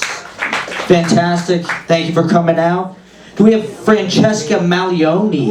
It's Francesca Maglione in the house. All right. Big round of applause for Francesca, everybody. Hey. Just gonna put that down. So I wanted to tell you guys that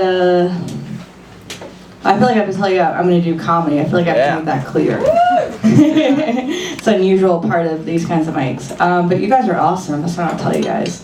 Yeah. So a little bit about me. I accidentally learned to masturbate on the edge of the chair in math class. Yeah. So now, in sexual situations, I prefer to be called the denominator.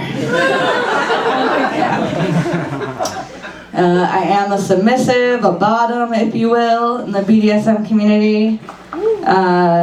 Who would have thought that Kitty learned to masturbate on a chair in math class is into kinky sex. But yeah, I'm into like kinky sex. I really like role playing. You guys are into it? Yeah, I could see that.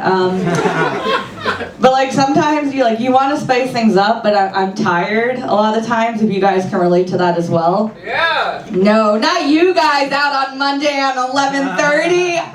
Not you guys at all.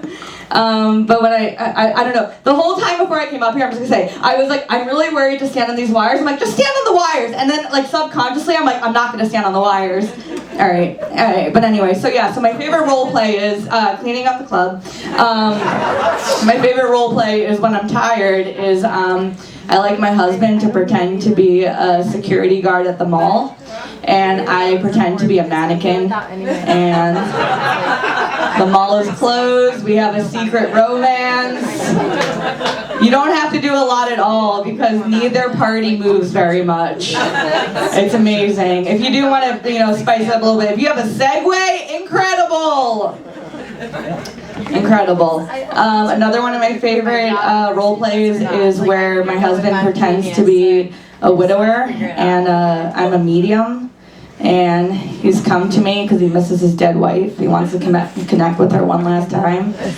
And the beauty of make-believe is that I could pretend to be a really good medium. So not only am I able to get her on the line, she possesses my body, and we make love one last time from the great beyond. And I will say that one is more work than the mannequin one, but less work than an actual threesome.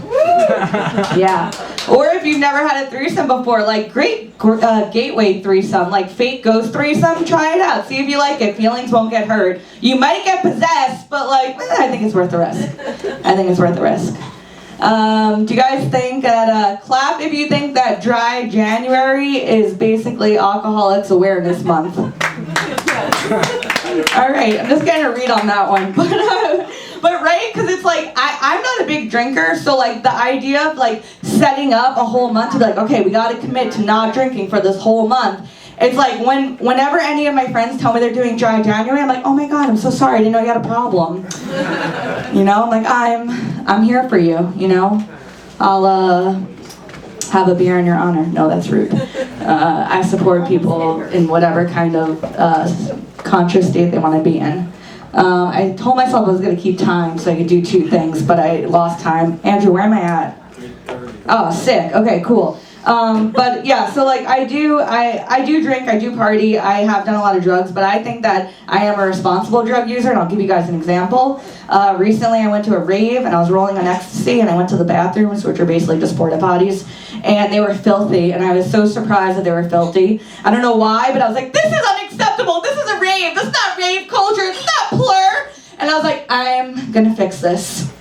And so I committed to cleaning this porta potty, and I'm like wiping everything down, I'm making a seat cover, I'm throwing toilet paper at the bottom so you can't see the gross stuff down there, I'm making art in the green section next to the bowl, because what else is that area there for except for art? I'm like, live, laugh, love, I'm making origami and streamers, it's beautiful, it's a work of art.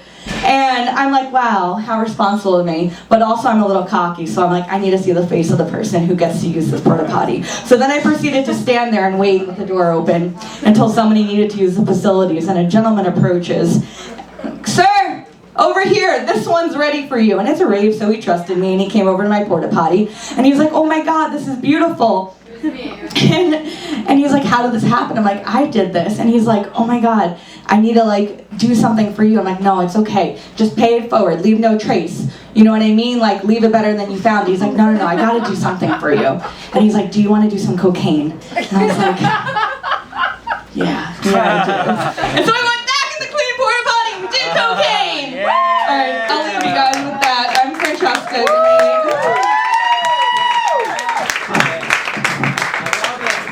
Francesca Maglione with the cocaine references. It's a running theme tonight. Hopefully everybody's jacked like it's 1983.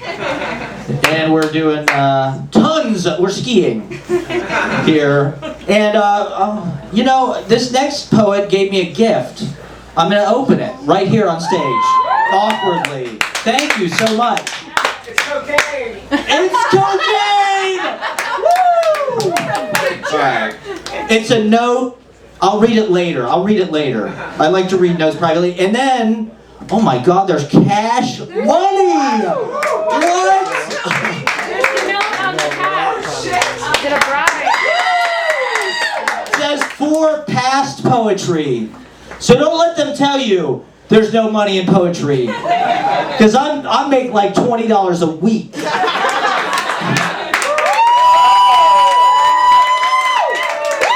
living proof. Ladies and gentlemen, thank you. Let's have a big round of applause for the benefactor, Ingrid Jacobsen.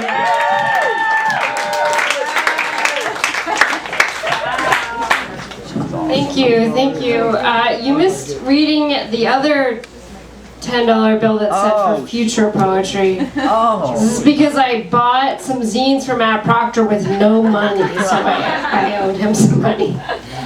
Anyway, I'm glad to settle my debts here. I have 2 poems for you. The first one is about sneezing. It's dedicated to the week that I was sick and I was sneezing.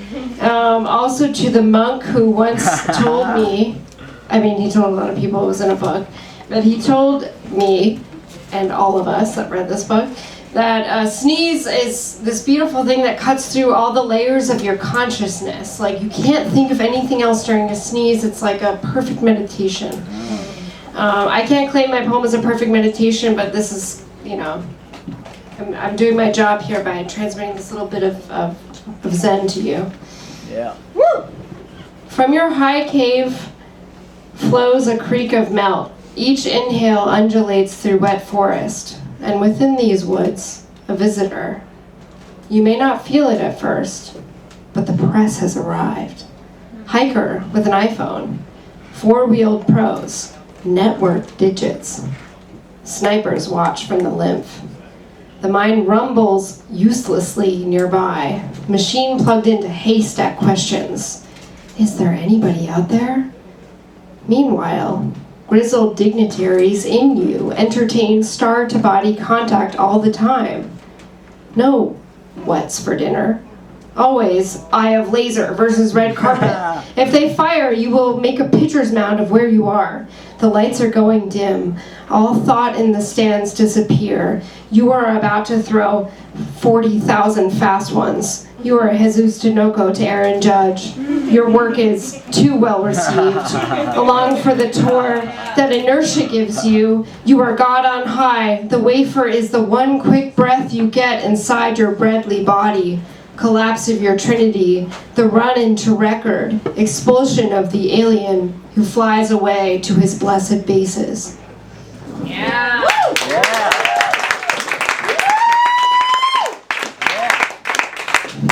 Okay, this next and last one is called Errand. And I even dress like this errand. You'll find out shortly why.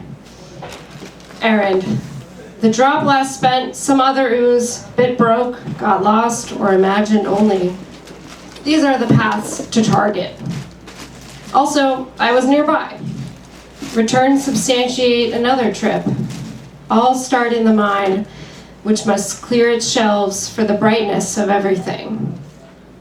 The orifice that guides me girds its plastic gut for goulash of joyous junk.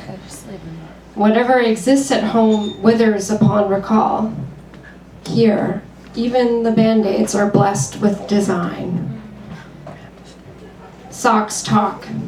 A logo suggests ascension. In the store's core, I listen, diagonally, to better living. The aisles cheer. They want me down them. Though I have no claim to home with sprawl for grass or wheel, I pause to captain a patio set through unrealized trunks and unhad decks, uncorked wine with unknown friends, the rows we know. I coxswain as still and stupid as the umbrella stand before me, waiting for my ease to open.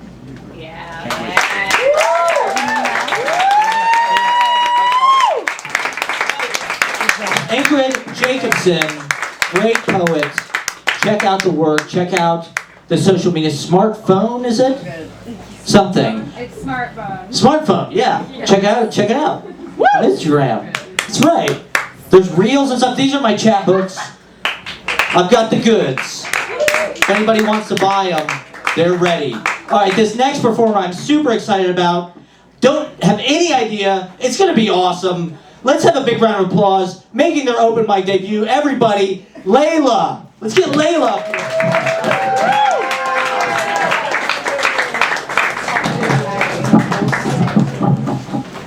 What was that? Yeah, I don't know. say? Yeah. Okay, well, I don't know anyone here because I didn't invite anybody that I knew here tonight. On the off chance that this was terrible. Which it might be. But my name is Leyla. I just moved to New York 6 months ago. What's your sign? Leo. Yeah. And I don't know if I honestly, let's just try this out. This is all a test. You see me leave quickly after this, you know why? Alright, let's do this thing. This is a song that I wrote. This is, these are a couple songs I wrote. I feel so liberated, nobody here knows me. Okay.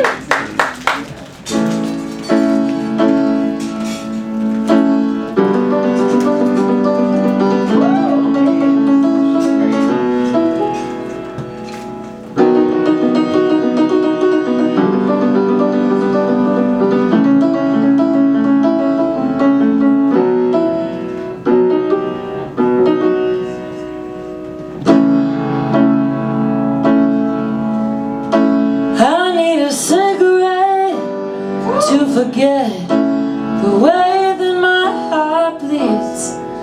All those words that tumbled out of your mouth right into me.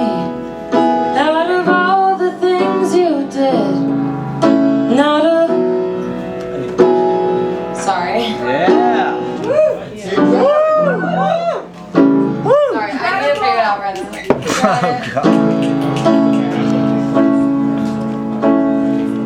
I need a cigarette to forget the way that my heart bleeds.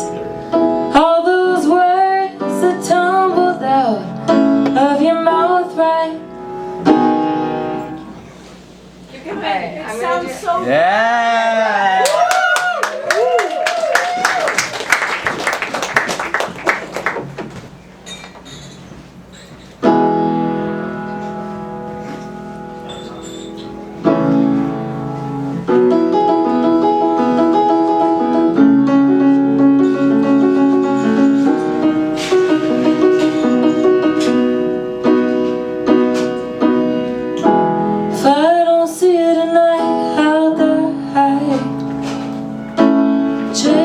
You through lonely, crowded rooms.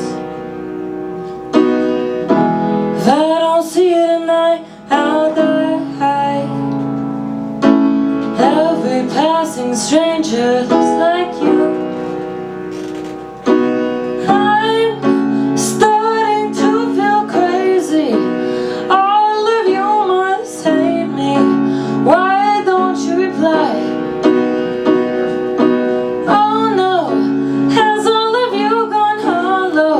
The river runs and swallows me alive.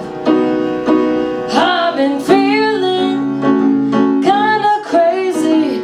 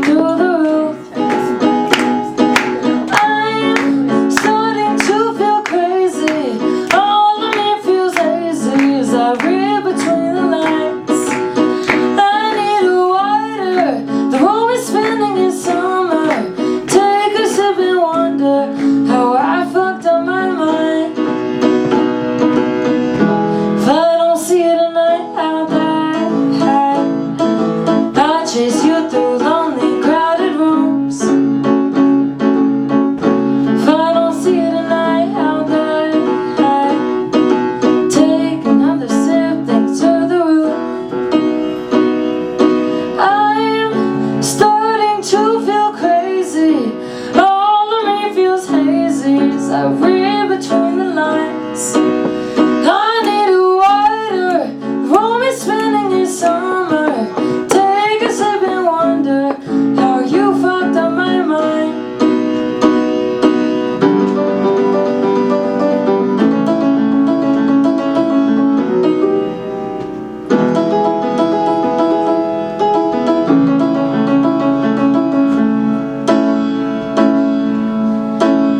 I need a cigarette to forget the way that my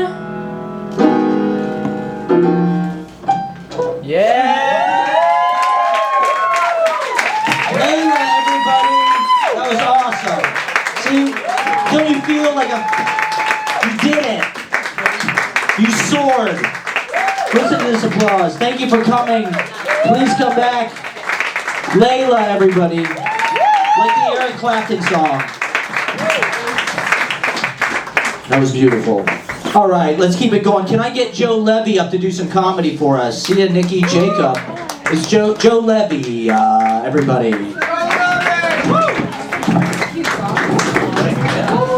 Thank you, Matt. Thank you guys for bringing it out. Yo, give it for Leyla one more time. That was beautiful, man. That was really lovely. Yeah. I feel weird, man. That was like a beautiful song. And I'm going to go and talk about how my feet smell for about 40 minutes. So, it's funny because everyone here is wearing their best outfit. And so am I. Yeah. So this is one of my best hoodies for this, man. My feet do smell. I got smelly feet, man. Anyone have smelly feet in here? Yeah. Here's how bad my feet smell. Like, my feet smell so bad. Like, if I'm taking my shoes off and I don't want anyone to smell it, I have to fart. That's the only option. Like, either you smell my fart or you smell my feet. And you'd really rather smell my fart. You know what I mean? Like, that's how bad my feet smell, man. Yeah. You know, yeah, thank you for understanding. I know it's a little awkward to start, but I don't know. You know. Nah, man, girls don't really like me. Only older girls like me, I'll tell you why. Because to get with an older girl, all you gotta do is look like someone from their childhood. Oh, God. It's fucking true, man. I was talking to an older girl recently. She's like, you know who you look like? I was like, who, Andrew Garfield? She was like, no, JFK Jr. I was like, shit, I'll turn your mouth into the White House. You know what I mean? Sue me or not, we're gonna have some fun, baby. I told you, don't fucking like me. I don't know, man, I'm weird, you know? I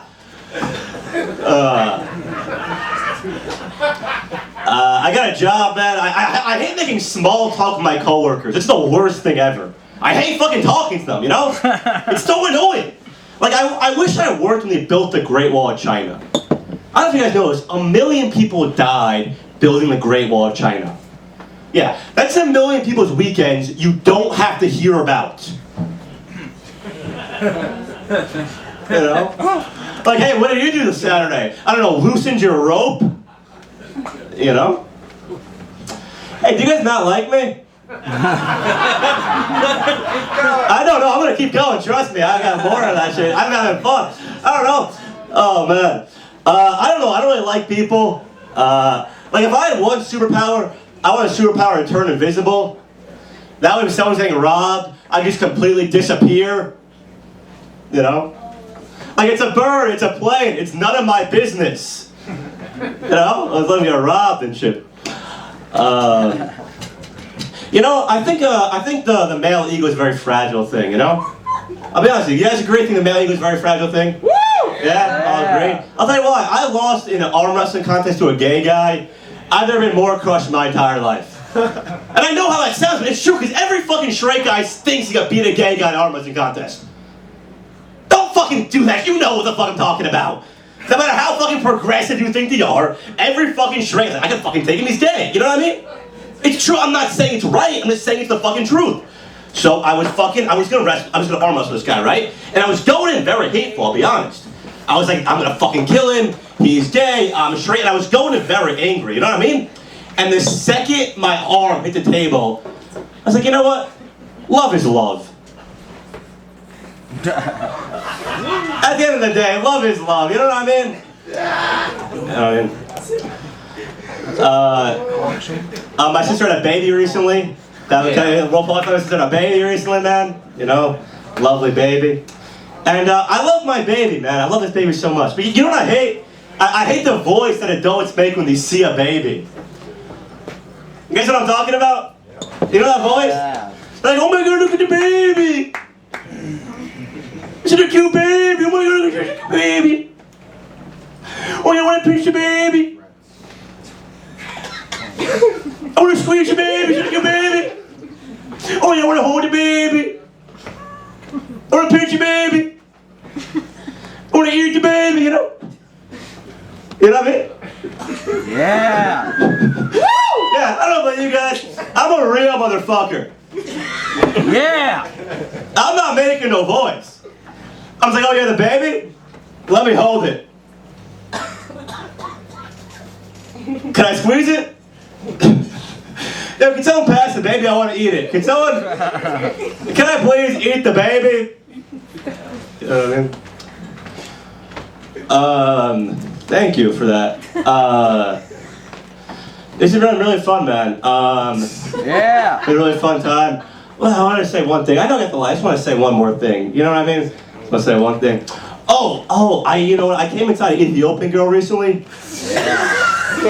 She looked like a Boston cream donut. You know what I mean? I was like, fuck. Fucking black on the outside, white on the inside. It was crazy. Thank you guys. Bye. All right. Thank you. Joe Levy, everybody. A controversial. It's comedy, anything goes. They just tell it like it is. They don't give a fuck about your feelings. Alright, is Alba, do we have Alba in the house? Let's get Alba. Is Alba coming? Is Alba here? I can't tell. I don't think Alba's here. Alright, we're gonna keep it rolling. 2 drinks, baby. I'm partying. This is only the beginning. This is the second. This is the second show. We have 2 shows, okay? That was the early show. That was mellow. Here's where it really flowers and gets avant-garde and expands your mind. It gets psychedelic in the wee hours. This is the late night experience, everybody. This is the black room. Everybody's hotboxing. So can we get, making their open mic debut, a great name? Can we get Ulyses Razo? Ulyses Razo.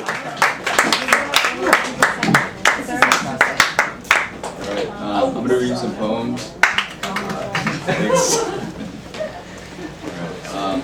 The first one's titled, can you guys hear me?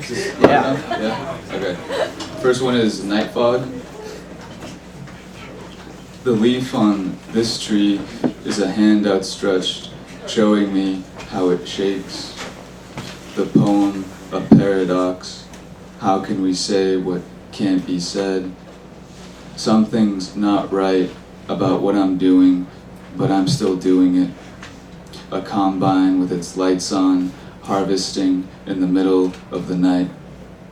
A man walks down the street and reaches for his head, as if to make sure it's still there. Do you know I'm an animal whose hunger is greater than its heart? Solution, the wrong lines in the right order. Be subtle, Kinsella said, as though not there. I want our minds to touch the way our hearts used to.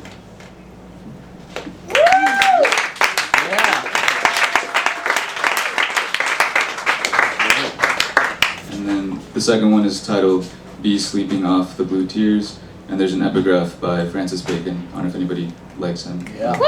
I love Bacon. Yeah, the painter. All right. He says, I want a deeply ordered image, but I want it to come about by chance. The trouble begins with poetry as machine. From the inside of this whale, I woke up on a surgeon's table, the moon foggy like childhood.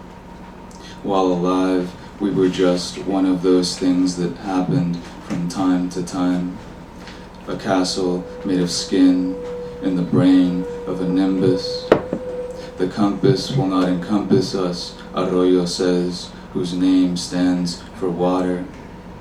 Reading the sacraments of desire, it looked like someone had killed a mosquito on the corner of a page, and below it, perhaps some spilled hypnotic. They chose the right place to do it, where the words read, "My dearest, you are a green leaf torn by your own hands because of love." I could not tell you not to do it, just as I cannot tell the wind or lightning not to damage a tree. Ripped lips grow back again, but the net between my feet and my life is no longer there. Yeah.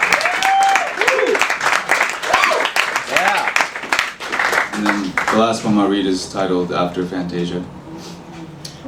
Yeah. My mustache and I have a date with despair tonight. Look, someone took off the top of the moon's head.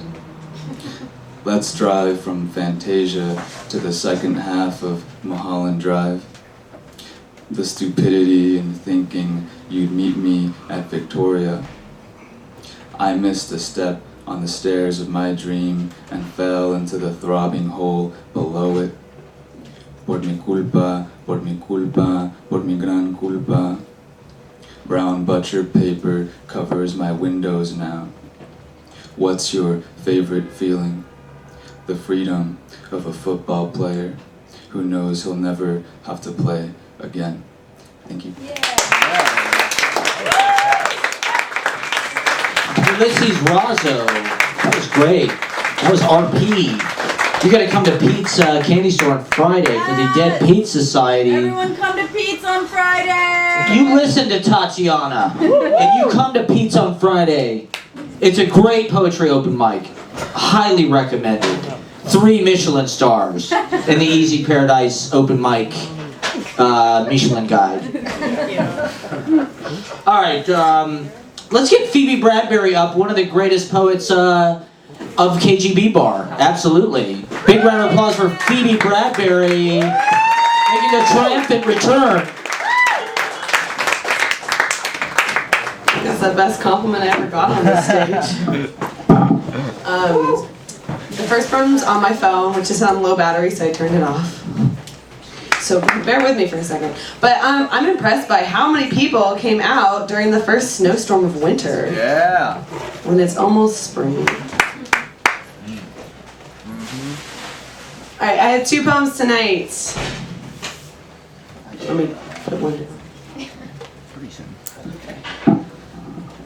The first one is called The Foreshadowing. Tell me why I feel like lying in the tussled sheets and crying. River running through its gifted openings. If I fill the room, will I fill the house too? In Florence, the flood of 1966 is marked on every building, 2 stories up, where the stucco has held on to its water damage. There is ample evidence of destruction. The bearded man kept pushing a paintbrush into my hand. There was no one there to teach. They had disappeared between their speaking and being, but he kept swiping it into the gooing paint and following me. The rain creeps under my floorboards when it's bored or gets sick of sitting in the weather-faded hose. It rises, ashtray-colored, past cement foundation, and stains the bottoms of all my socks. This must be the place where you confuse journey with dead end. The big yellow sign should be your third eye, like the unused paint glaring out its waste. But where's the bearded man pushing you to go on, to continue through? Why isn't he following you? In the middle of the hurricane, I walked outside to smoke a cigarette. The air was cool and inviting, made me remember I did not always want to peel my skin off and live free of its cloying nature. But It was the eye of the storm, and there's no such being as freedom, just brief pauses until the ocean finally overtakes any remaining land. Yeah.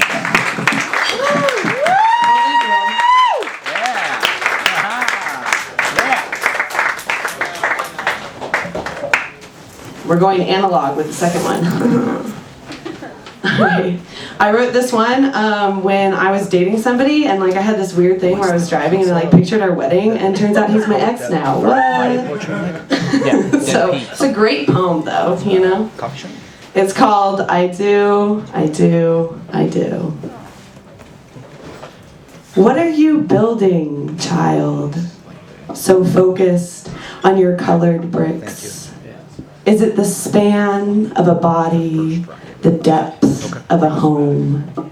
How do you create what you cannot know? It's a mess, this loving, living, scattered rice on the countertop, laundry in stale piles, towels on grandma's rocker, a stray sock in the corner. Ants in the frozen ice tray, little quips of happiness between all the normal questions. Was your mouth always this quiet, holding, sealing, tasting? Is it the teeth? Have they gone missing? Another dream of losing body pieces, of the tots surrounding your bed, waiting for you to be dressed, be ready to speak on all the English sheets. It's a hallway, this remembering. Repainted walls, electric wheelchair, the trash can shifted with the course of a father's forgetting. Nothing easy, nothing flat. Aurora's sleeping spinning wheel, waiting on white bed sheets. The dolls were stored last year. Leave them, leave them, leave them. What are you building, grown woman? So focused on your scratching nails, the basement is emptied. They're all in your palm. Will you lick the rusted crusts? And who told you, in no uncertain language, that you could die? It's a dream, this living, loving, wooden boughs drip childhood sap. The table is set for celebration, the sun sinking for the occasion. A gathering, a murder of crows, a ring in a hand. They're all promising to keep us safe, to keep these shouts of joy, screaming happiness between all the endless questions. Thank you.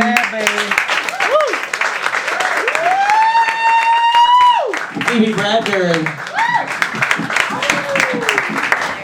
All right, I just want to do a little plug. If you're not doing anything tomorrow night, System Lord, who you may remember, yeah, that's right, System, is playing tomorrow night at the Dime Show at Bar Freda in Ridgewood. Matthew Silver might be there, and there's going to be a lot of great comedians and clowns. So, System Lord tomorrow night at Bar Freda, if you're not doing anything. It's free. It's basically free. Let's get Cannonball Scatman up to just destroy. Is Cannonball Scatman ready to descend?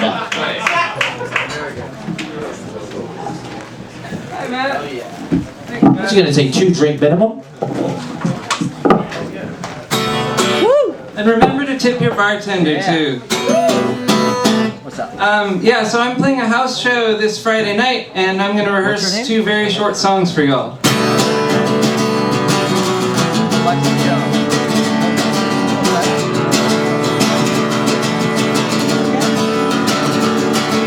My dog took a lot of LSD and fell asleep mysteriously. He said none of my friends ever listened to me when I said I need somebody. And the power's out. The devil's living in your apartment now. In the thunderstorm, in these coldest days.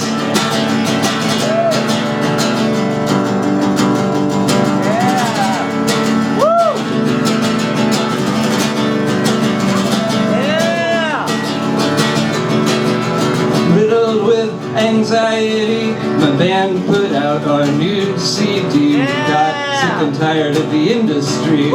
All they want to do is take our labor and turn it into someone else's money.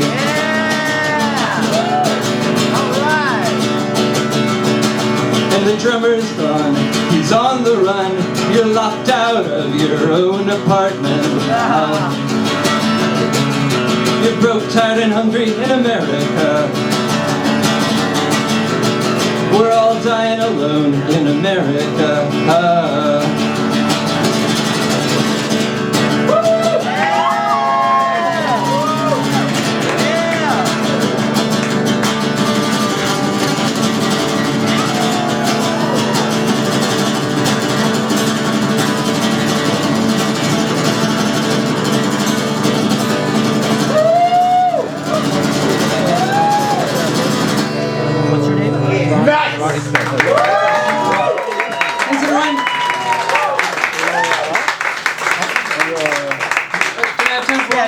One more, yeah. Okay, perfect. This song's called Ghosts. It's about fossil fuels. A lot of these people aren't here. Like a lot of these people. Thanks, Matt, for hosting this, by the way. Thanks, everyone, for playing. Amazing. And reading and comedying. Okay, alright. Ghosts are living in the gas stations of America.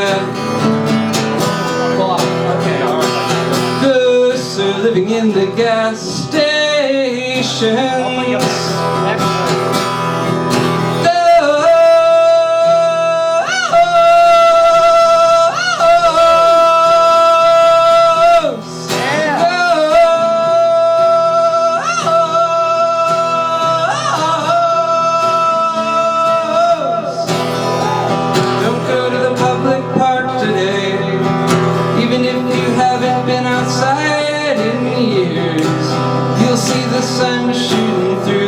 December sky like a drone bomb. He brings democracy and says liberation is tyranny and freedom is slavery and war is peace. And you'll say, Mr. President, I refuse to take part in your dinosaur fossil death cult. And the sun, he just stares down at you and says, baby, I refuse to leave you be. I refuse to leave you be.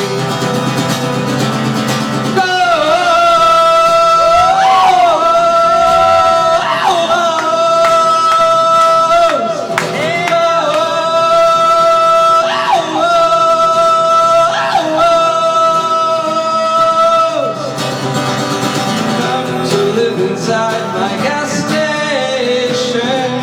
Yeah. Woo! Oh my God! Come to my show on Friday if you're not doing anything else. It's at night, so it might not conflict with the other thing that's going on Friday. Does it?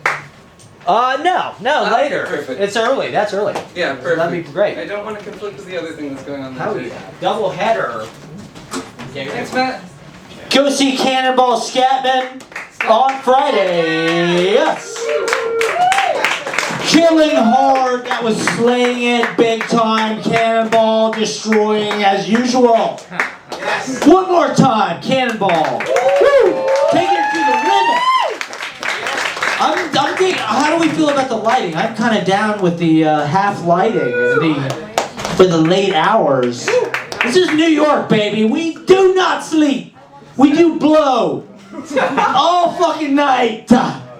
Let's get Ronnie Smith up to do some comedy for us. What do you say? Ronnie Smith, everybody. Ronnie Smith.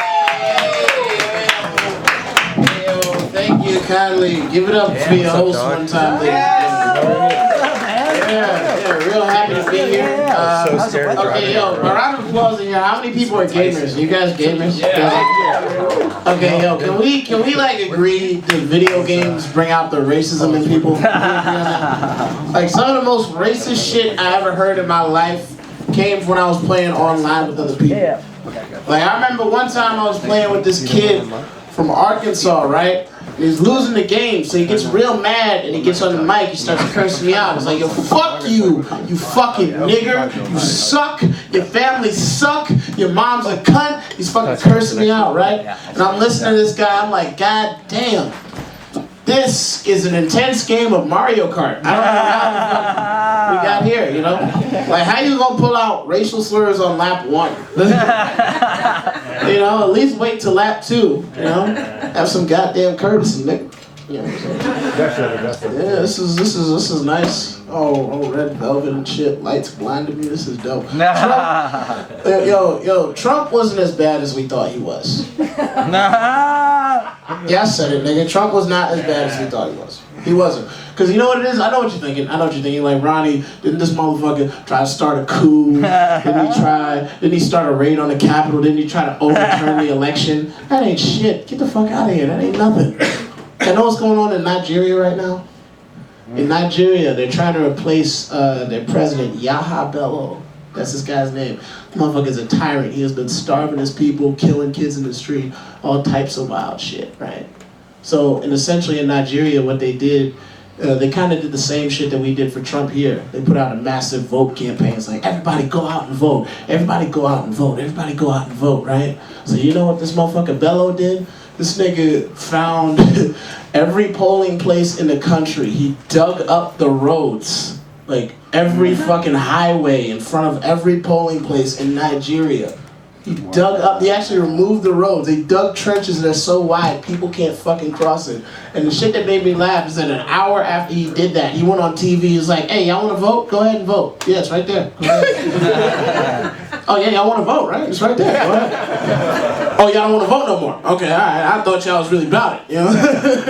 Like, bro, Trump was not shit. Like, you could talk so much shit about Trump, but Trump never dug up my fucking driveway to stop me from going to a point. You know what I mean? Like, bro, Trump ain't shit. I'm just saying, if we had to get a tyrant, I'm happy it would be Trump, you know? Yeah. All that nigga did was tweet fuck Kim Jong-un at 3 in the morning. I can live with that. I can live with that easily. Shit, y'all seem like a really liberal crowd.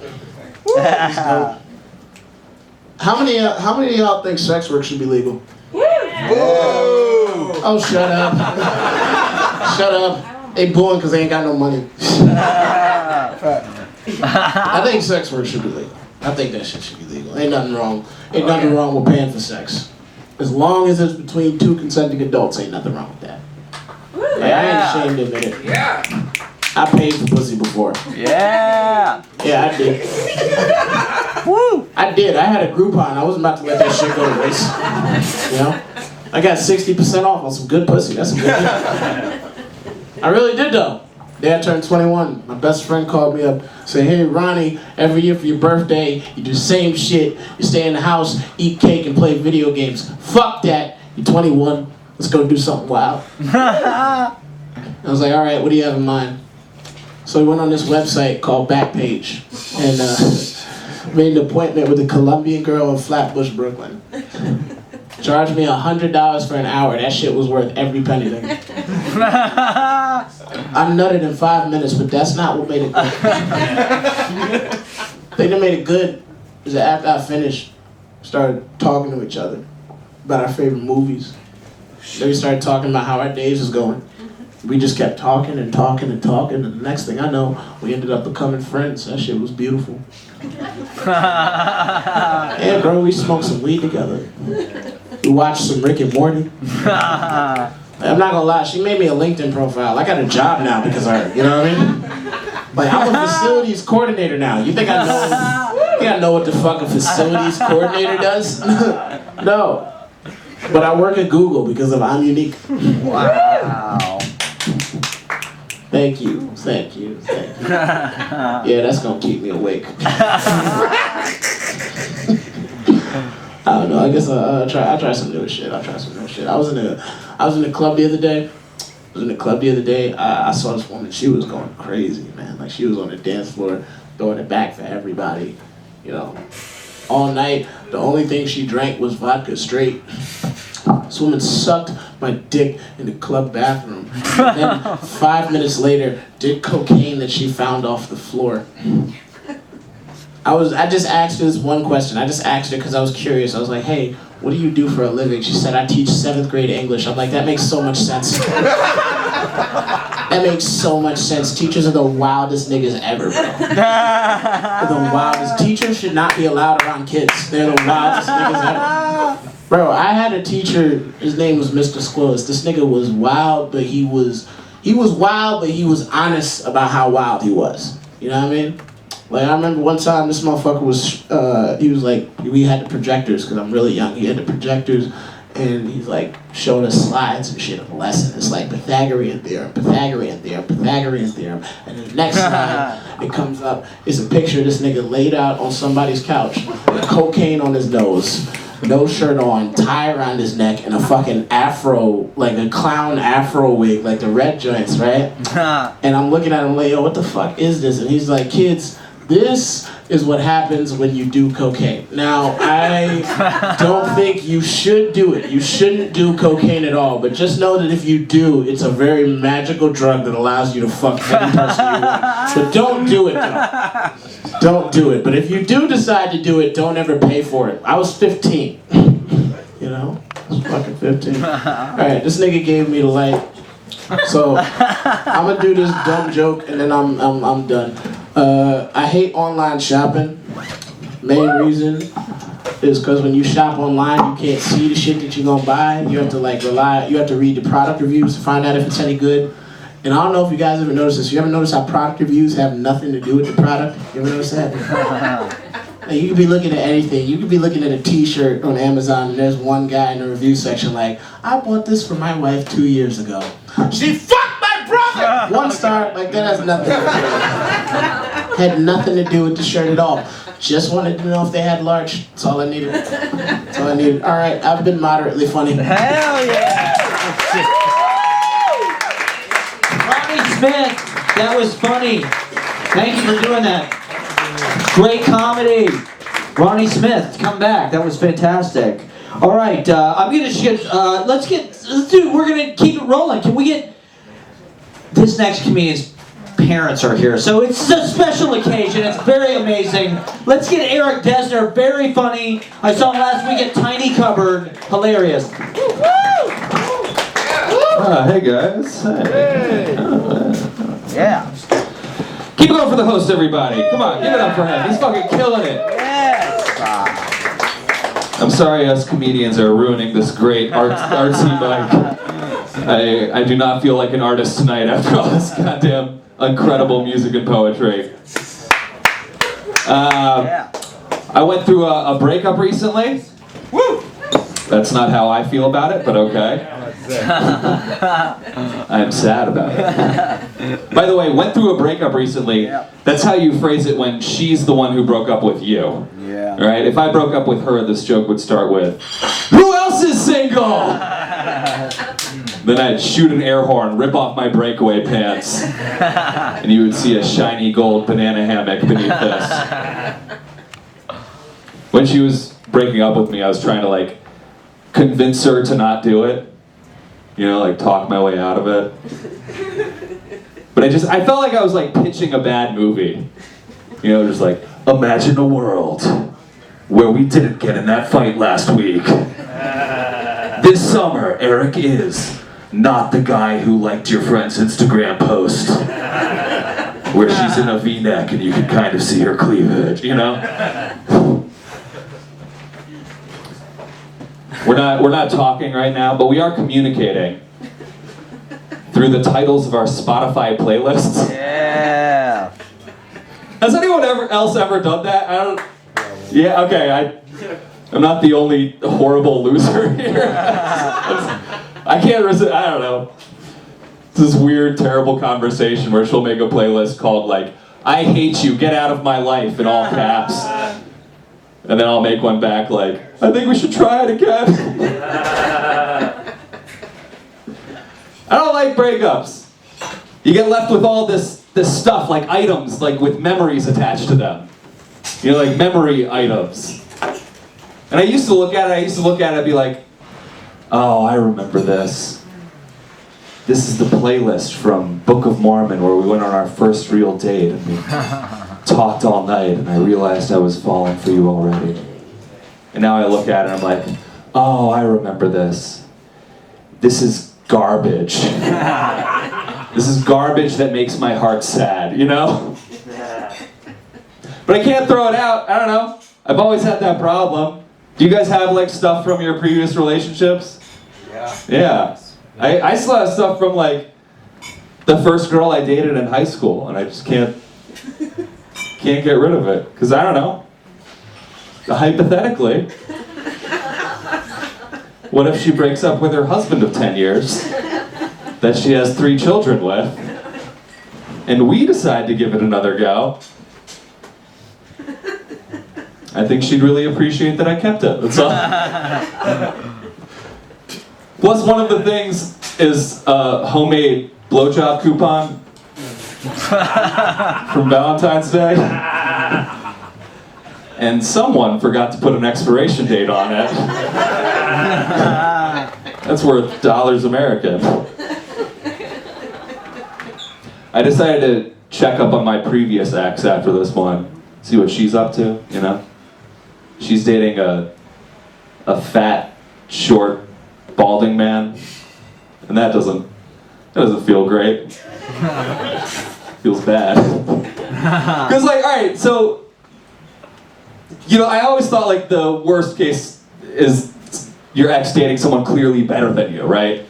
But clearly worse is that's the nightmare scenario, because you know, either he's fucking so good, or worse, he makes her truly happy. I won't stand for it.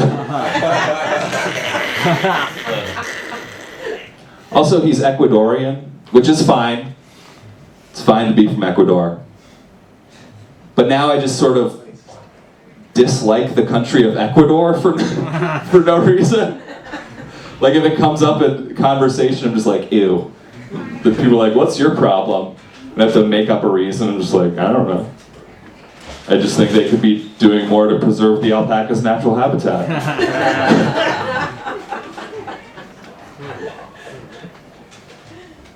I am very sad about it though, I'm depressed.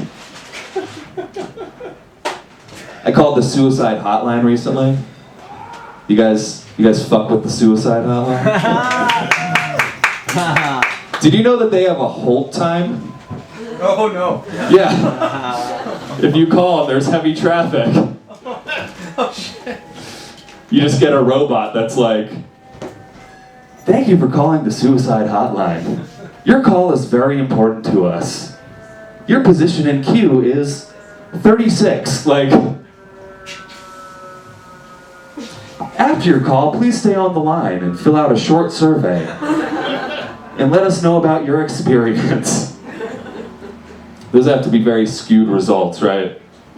It's just people who very much enjoyed their experience, and then people who left the phone off the hook. Then I got transferred to a guy who was clearly just like a Bangladeshi guy pretending his name was Steven. Hello, this is Steven. Why are you sad? You live in America, you know? Alright, that's it for me, guys. Thank you. Yeah! Keep it going for your host, everybody. Eric Asker, everybody. Check out Eric Asker Comedy on Instagram. Follow, like, and subscribe. We've got some amazing performers coming up. Thank you for sticking around with us. Let's get Thomas Christopher Eliot up. One of our favorites.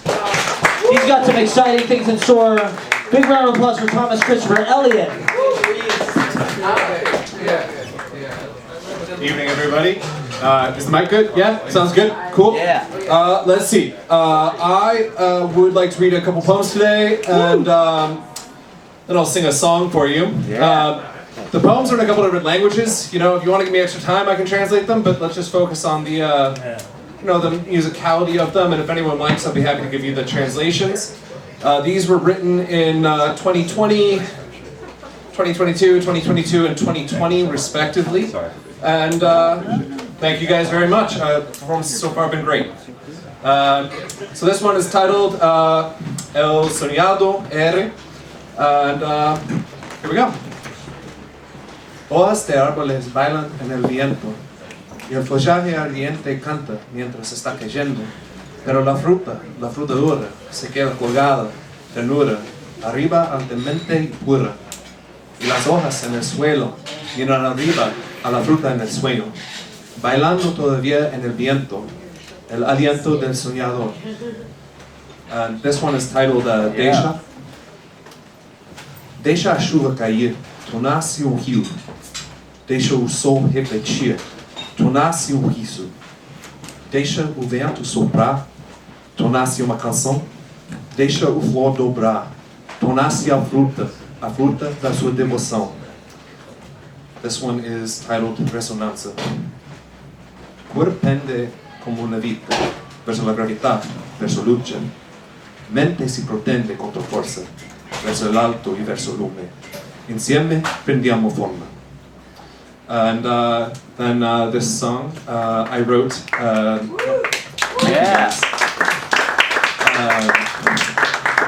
This song I wrote in 2020. But first, thank you. I want to thank Mariano Claro for comments on the Spanish language one because it came out in Portuñol when I first wrote it, and it's also contained in a novel I'm writing, a portrait of the artist in decline.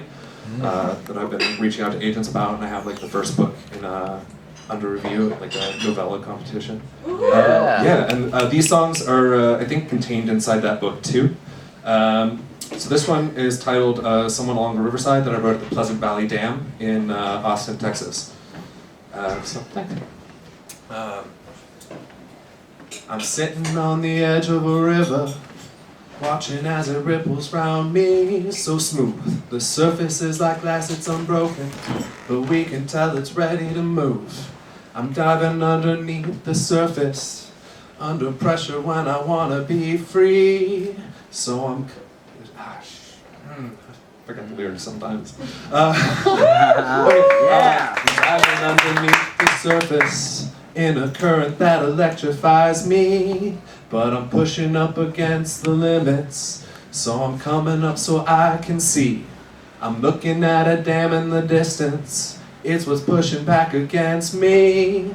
So, force of nature you've been suppressing, and that's what it's about to be.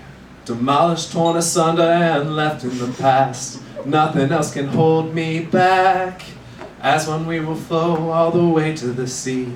You and me and electricity. And so that's the first half of it. It kind of goes on. It's repetitive. It's one of the first ones I wrote. But thanks, guys. Wonderful to be here, and stay awesome. Yeah, baby. Good stuff. Thomas Christopher Moore, you have some T-shirts that you made, correct? Yeah. Can I plug that really quick? Yes. Yeah. That's what I was gonna do. They're great. Oh yeah. So I'm starting this T-shirt company. This is one of them. I am not special, but there's these other ones I am a poetum.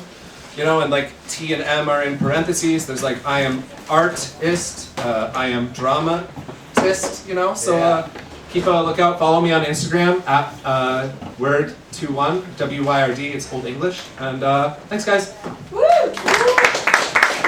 Buy the poetry T-shirts, everybody. It's really well done.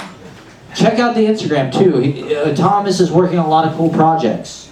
Thank you. So check him out. Definitely. That was awesome. One more time for Thomas Christopher Eliot. All right, let's get Tarek Blumen up to do some comedy for us. And then we'll have Kenny Gordon right after on deck. Kenny Gordon on deck. Let's have a big round of applause making their open mic return. Tarek Blumen, everybody. I have discovered the secret to personal happiness. Do you want to know what it is? Yeah. It's called other people's unhappiness. And my wife writes a lot of very sad songs. Not about me though, of course. But no, really, in pursuit of that, now I only hang out with other stand-up comedians. But Tarek, you might be saying, it's impractical to have unhappy friends, because then you have to deal with their bullshit in person. That is what social media is for. With social media, you can observe and enjoy people's poor decisions from a screen. My favorite piece of misery I've seen on the book so far was a Facebook event called The Boys Are Back in Town, with one person attending. Do you know what makes me feel better about my own problems? Hearing other people's worst problems. Did you know that the US government has got $31 trillion of debt? Yep. That makes me feel better about my student loans. And you know, I eat too much fast foods, but when I'm sitting in the lobby of Taco Bell and I see the delivery drivers, I think to myself, thank God I'm not paying some undocumented worker to shove the lukewarm burrito into my fat throat. Yeah, that didn't deserve much laughter. Because it's the same joke as what I told to open with. But you know what? Writing jokes is difficult. I'm trying to make you people feel better by watching me struggle and die on stage. You think it's fucking funny to watch me struggle up here? Well, it's stand-up comedy, so it should be funny, right? What an impression I'm making. That's the third time I've told the same joke. You know, New York City's a great city because you can walk down the street any time of day and you can be guaranteed you'll see someone having a worse day than you are. So I started viewing apartments recently. Do you ever view an apartment and you know, there's just some guy crying in the corner? I asked the real estate agent about that and he told me, oh, that guy is Steve. He moved to New York City to try and be a comedian. He's the making poor life decisions amenity. Or occasionally it's just another realtor crying about how little value they bring to society. She liked that one. New York City apartments though, right? They're so bad. It's no wonder that homelessness is so popular in this city. That's also one of the reasons I like volunteering at the homeless shelter. Mainly just to tell you that I'm better than you. How do we know that crazy people on the subway aren't actually just doing performance art? That was my excuse the last time I was arrested on the subway for reciting my dick jokes. I picked up a new hobby recently. It's booing buskers on the subway stations. Which is especially spicy because the subway is a place that's designed to take you away from where you currently are. Someone asked me, what does happiness mean to me? I told them I'd be a lot happier if you weren't asking me stupid fucking questions. People often tell me I've got bad emotional intelligence. I find that very confusing because I got a really good grade on the emotional intelligence exam. If it's called instant messaging, why does it take people so long to reply to me? I think it's because the texts I send don't also have a British accent. Okay, I'll leave it there. Thanks very much. Good luck.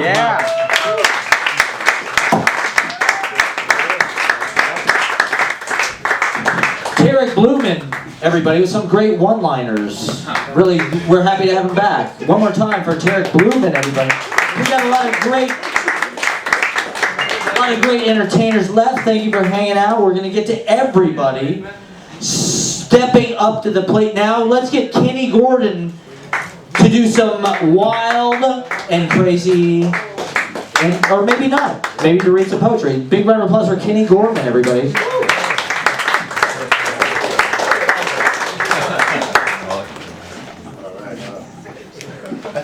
I think I can do this without it. You guys can hear me back there? I can't see you. All right. Everyone was really great tonight. It's great to be here. Yeah. It's like a dream. I turn around and I look.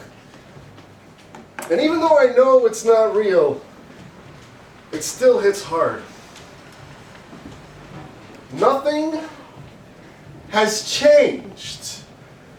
This is the same, that is the same, everyone the same, every day the same, but different, ooh, but different, ooh, but different, ooh, when I wake up, I go to work, I walk the same way, I see the same people, the people, the people, the people, the people, the people, the people. Yeah. How do we do it? How do we get through it? Yeah. Trying to be human. How hard is it to be human? How hard is it to be a human being? How hard is it to be a human being? How hard is it to be a human being? There is a planet next to the moon. On it are creatures sometimes referred to as human beings. But they're only human when they want to be. They spend their time pretending not to see human beings. And I feel like I'm falling out of my body when I try to understand this emphasized dichotomy. When will we wake from this dream, recognize our shared humanity, forgotten lessons in a sleepwalking society, finding all the wrong reasons to claim notoriety. Is it naive to think that we can find a way that we all can believe that we are all created equal? That each and every one of us has an unalienable right to life, liberty, and the pursuit of happiness. You would think that here, everyone would believe that. Bum bum, some people want their infractions and inconsistencies, to go ignored and unanswered. I should not be treated differently because I believe different things. I support people who hate you. That does not mean that I hate you. Of course I don't hate you. I just vote for people who do. This is not at odds with them, and please don't broach the topic. I have a headache! Yeah. It's just so goddamn frustrating and incredibly hard to watch. People believing this preposterous, off-the-wall bullshit, knowing that there is no way to get through to them, that they do not want to be convinced. They think they're the good guys. So is there a way to break through the delusion when they've locked themselves in and thrown away the door? Sometimes I think all that's left to do is for us to wait for that inevitable and eternal scream that comes when we forget how to communicate. Communicate! Communicate! So how many delusions should be allotted to each human? How much leeway should be allowed to sow confusion? How many do we need to survive? How many delusions do we need to survive before we have obligatory wake-up sessions? musicians, it's time for you to smell the coffee. Is this all happening? Is this all really happening? Is reality just as I feared? Take me back. Take me back! Take me back! Looking for something, nothing that I know of. I can see the things you're not saying, but not where you're coming from. Thank you. Yeah!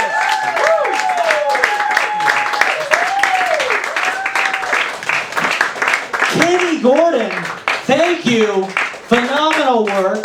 Beautiful. One more. That is the real stuff. That is that New York performance art, everybody.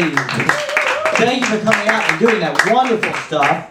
All right, let's get some comedy. Can I get Ben Callahan up to do some hilarious comedy for us? Yes. One of my favorites. Ladies and gentlemen, big round of applause. Ben Callahan.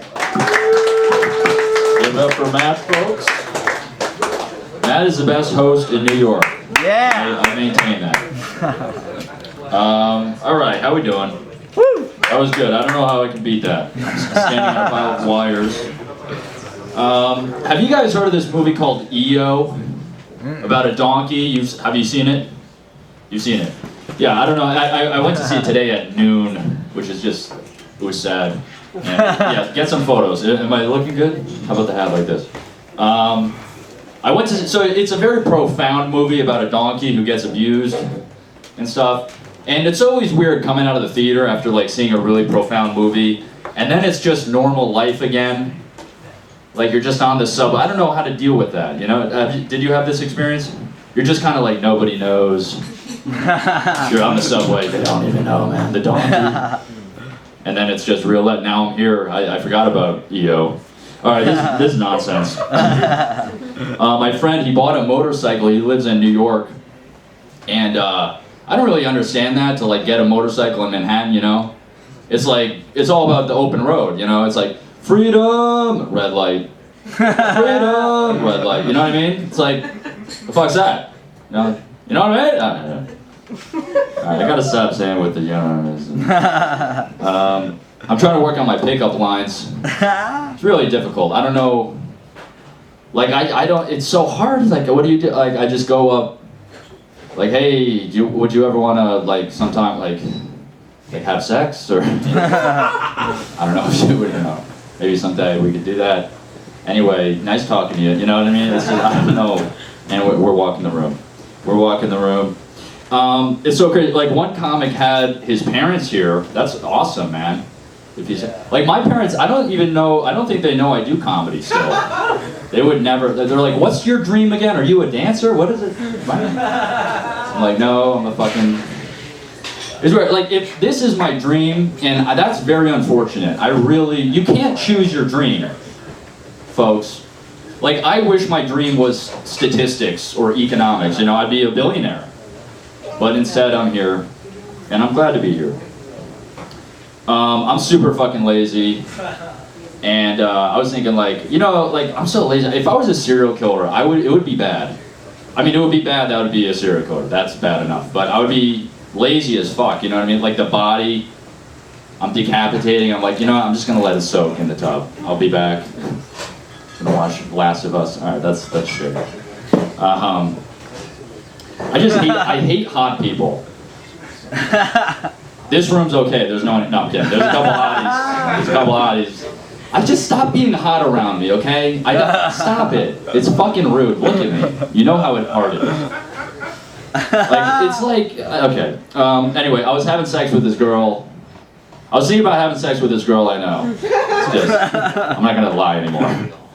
And girls do this sometimes. I don't know if you know, but they say don't stop during sex. Have you ever heard this? They'll be like, don't stop. Oh, don't stop. It's like, why would I stop right now? You know what I mean? Why would I stop? I've waited 15 years for this moment. This is my moment right now. I mean, I just finished tying you down. No, I'm kidding. We didn't need to do that. It's crazy that, like, was there a guy who stopped and now they're all nervous? Because I've heard this multiple times. Who was the guy who stopped and now everyone's nervous? I don't know. In fact, I did stop. I said, what the hell are you talking about? Yeah? I feel very weak in general. By the way, look at this haircut.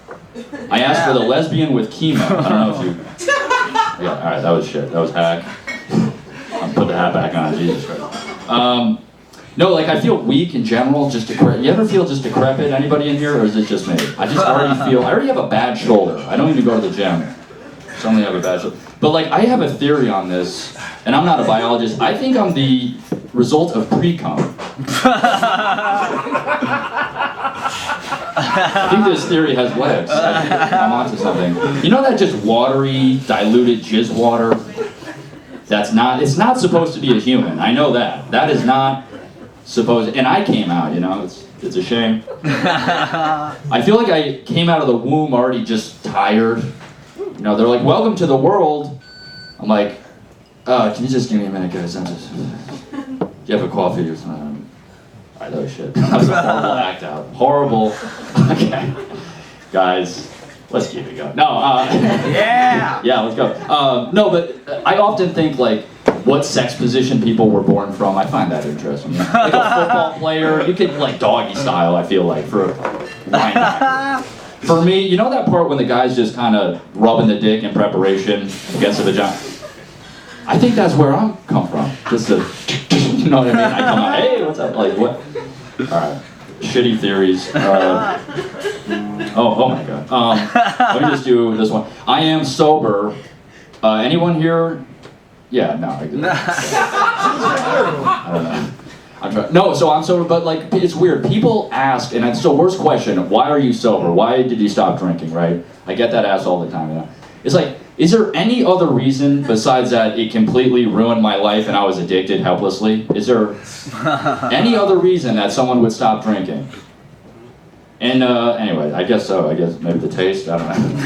No, but just like, he's like, what would happen when you would drink? You know, he kept, I was like, just to fuck with him, I'm like, you know, I just kept raping people. I don't know. It just, a lot of raping. I just had to put it down. All right, thank you. Yeah. You guys roll, Matt. Hell yeah. Live from the world, Matt. That's it. I can't wait to read that shit. Yeah. Ben Callahan, check out the comedy. He has a great podcast. Yes. It's like a video podcast. Video podcast. It's very good. Thank you. Check it out on Instagram. Please. It's very well done. Thank you, sir. Yes.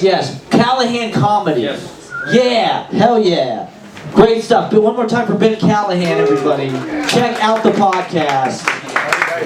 All right, it's that time of evening. Once again, it's my book, 1 year, 1 line per day for a year. I do this every week. I'm going to read today's entry. This is February 27th. Another artistic get-rich-quick scheme. That's where we are. It's another artistic get-rich-quick scheme, everybody. All right, and let's have some music. Can we get Milky Bones up? Yes! We love Milky Bones. Milky Bones is back, everybody. For some music. It's a 2-drink minimum. We're partying. I'm hanging out. I'm having a great time. I'm not going anywhere. I'll be here till 5 a.m. Milky Bones, everybody. Milky Bones! Yeah! Yeah, I'll take DI.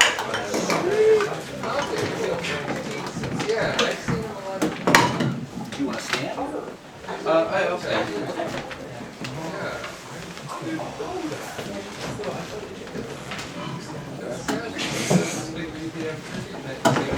Once again, we'll be back next week. Sign up for next week today at Easy Paradise Mag. We've got a lot of great entertainers coming at you. Still to come.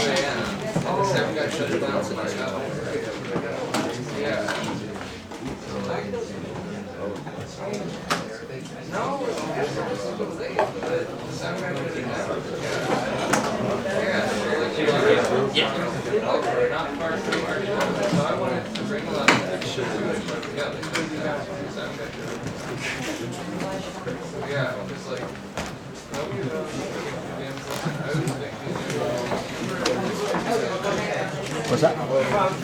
What's her name?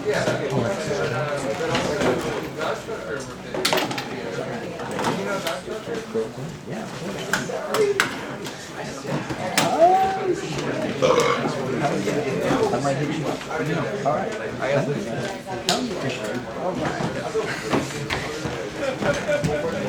Okay. Alexis Jones. Okay. I'm not sure how many people are still here.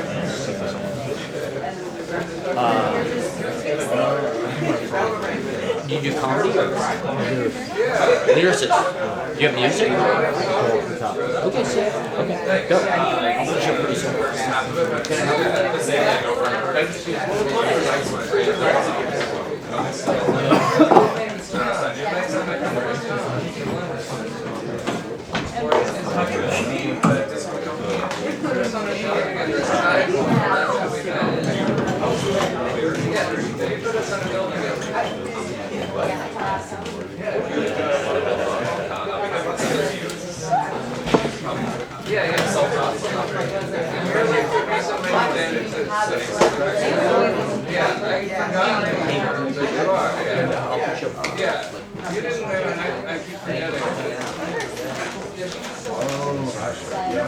Any volume?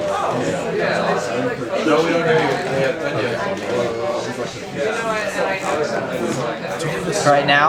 Yeah. Try it now? Should be.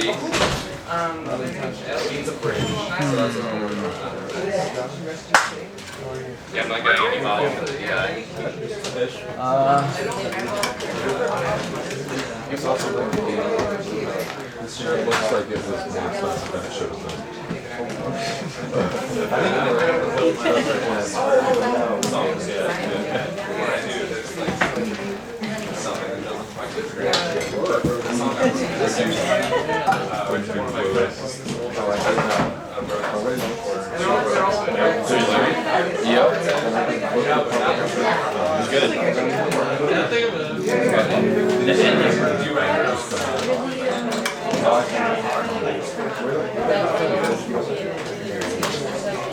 Yeah, and I was like on the train, like depressed, and everything's the same. You know what I mean? I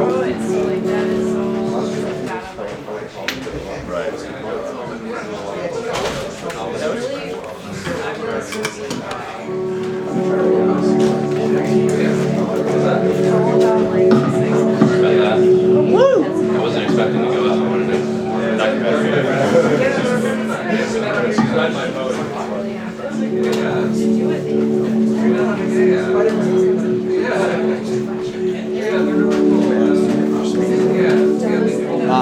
You want it?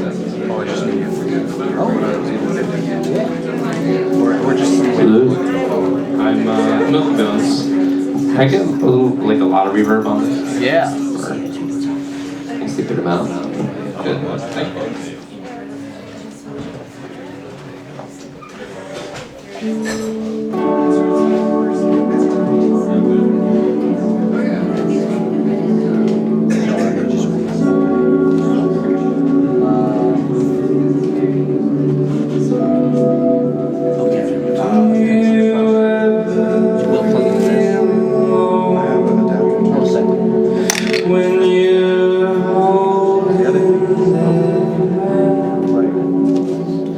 When you sleep in the bed, are they all that you want?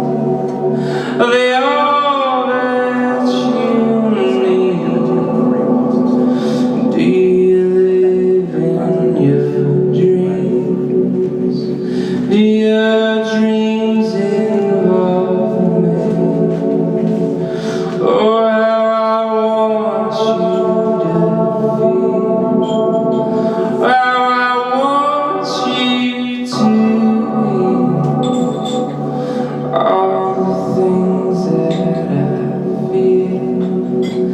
do all the things that I do. Oh, how I want you so bad, and how you have me so bad.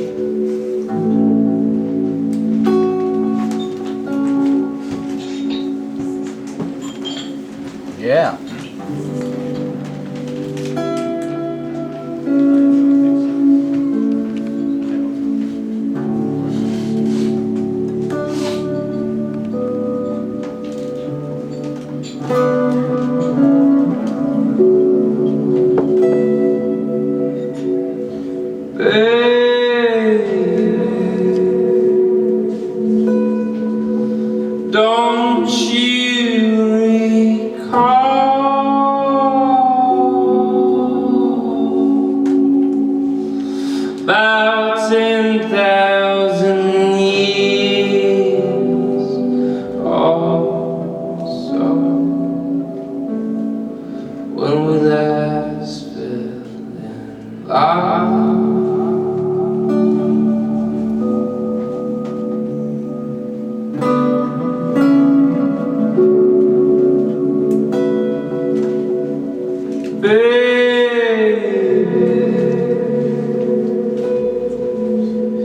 You touched my soul.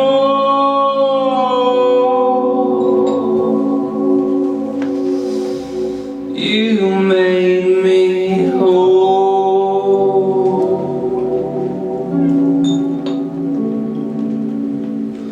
When I did the same.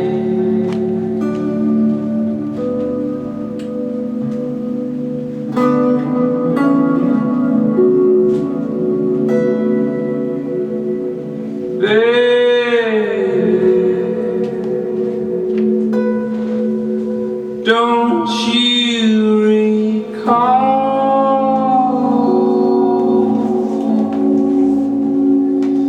Been waiting for so long.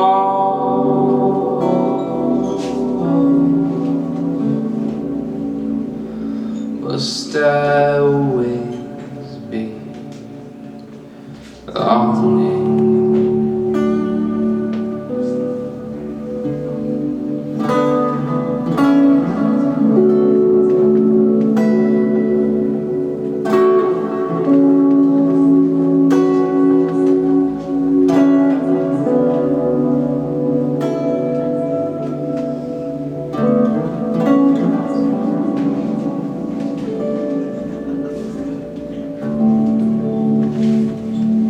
Thank you.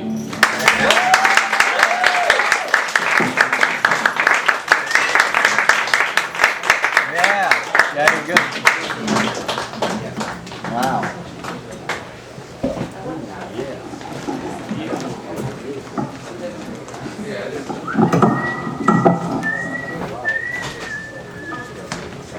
Milky Bones, everybody. One more time. Yeah. It sounds phenomenal. All right, let's get some comedy. Can we get Jason King up?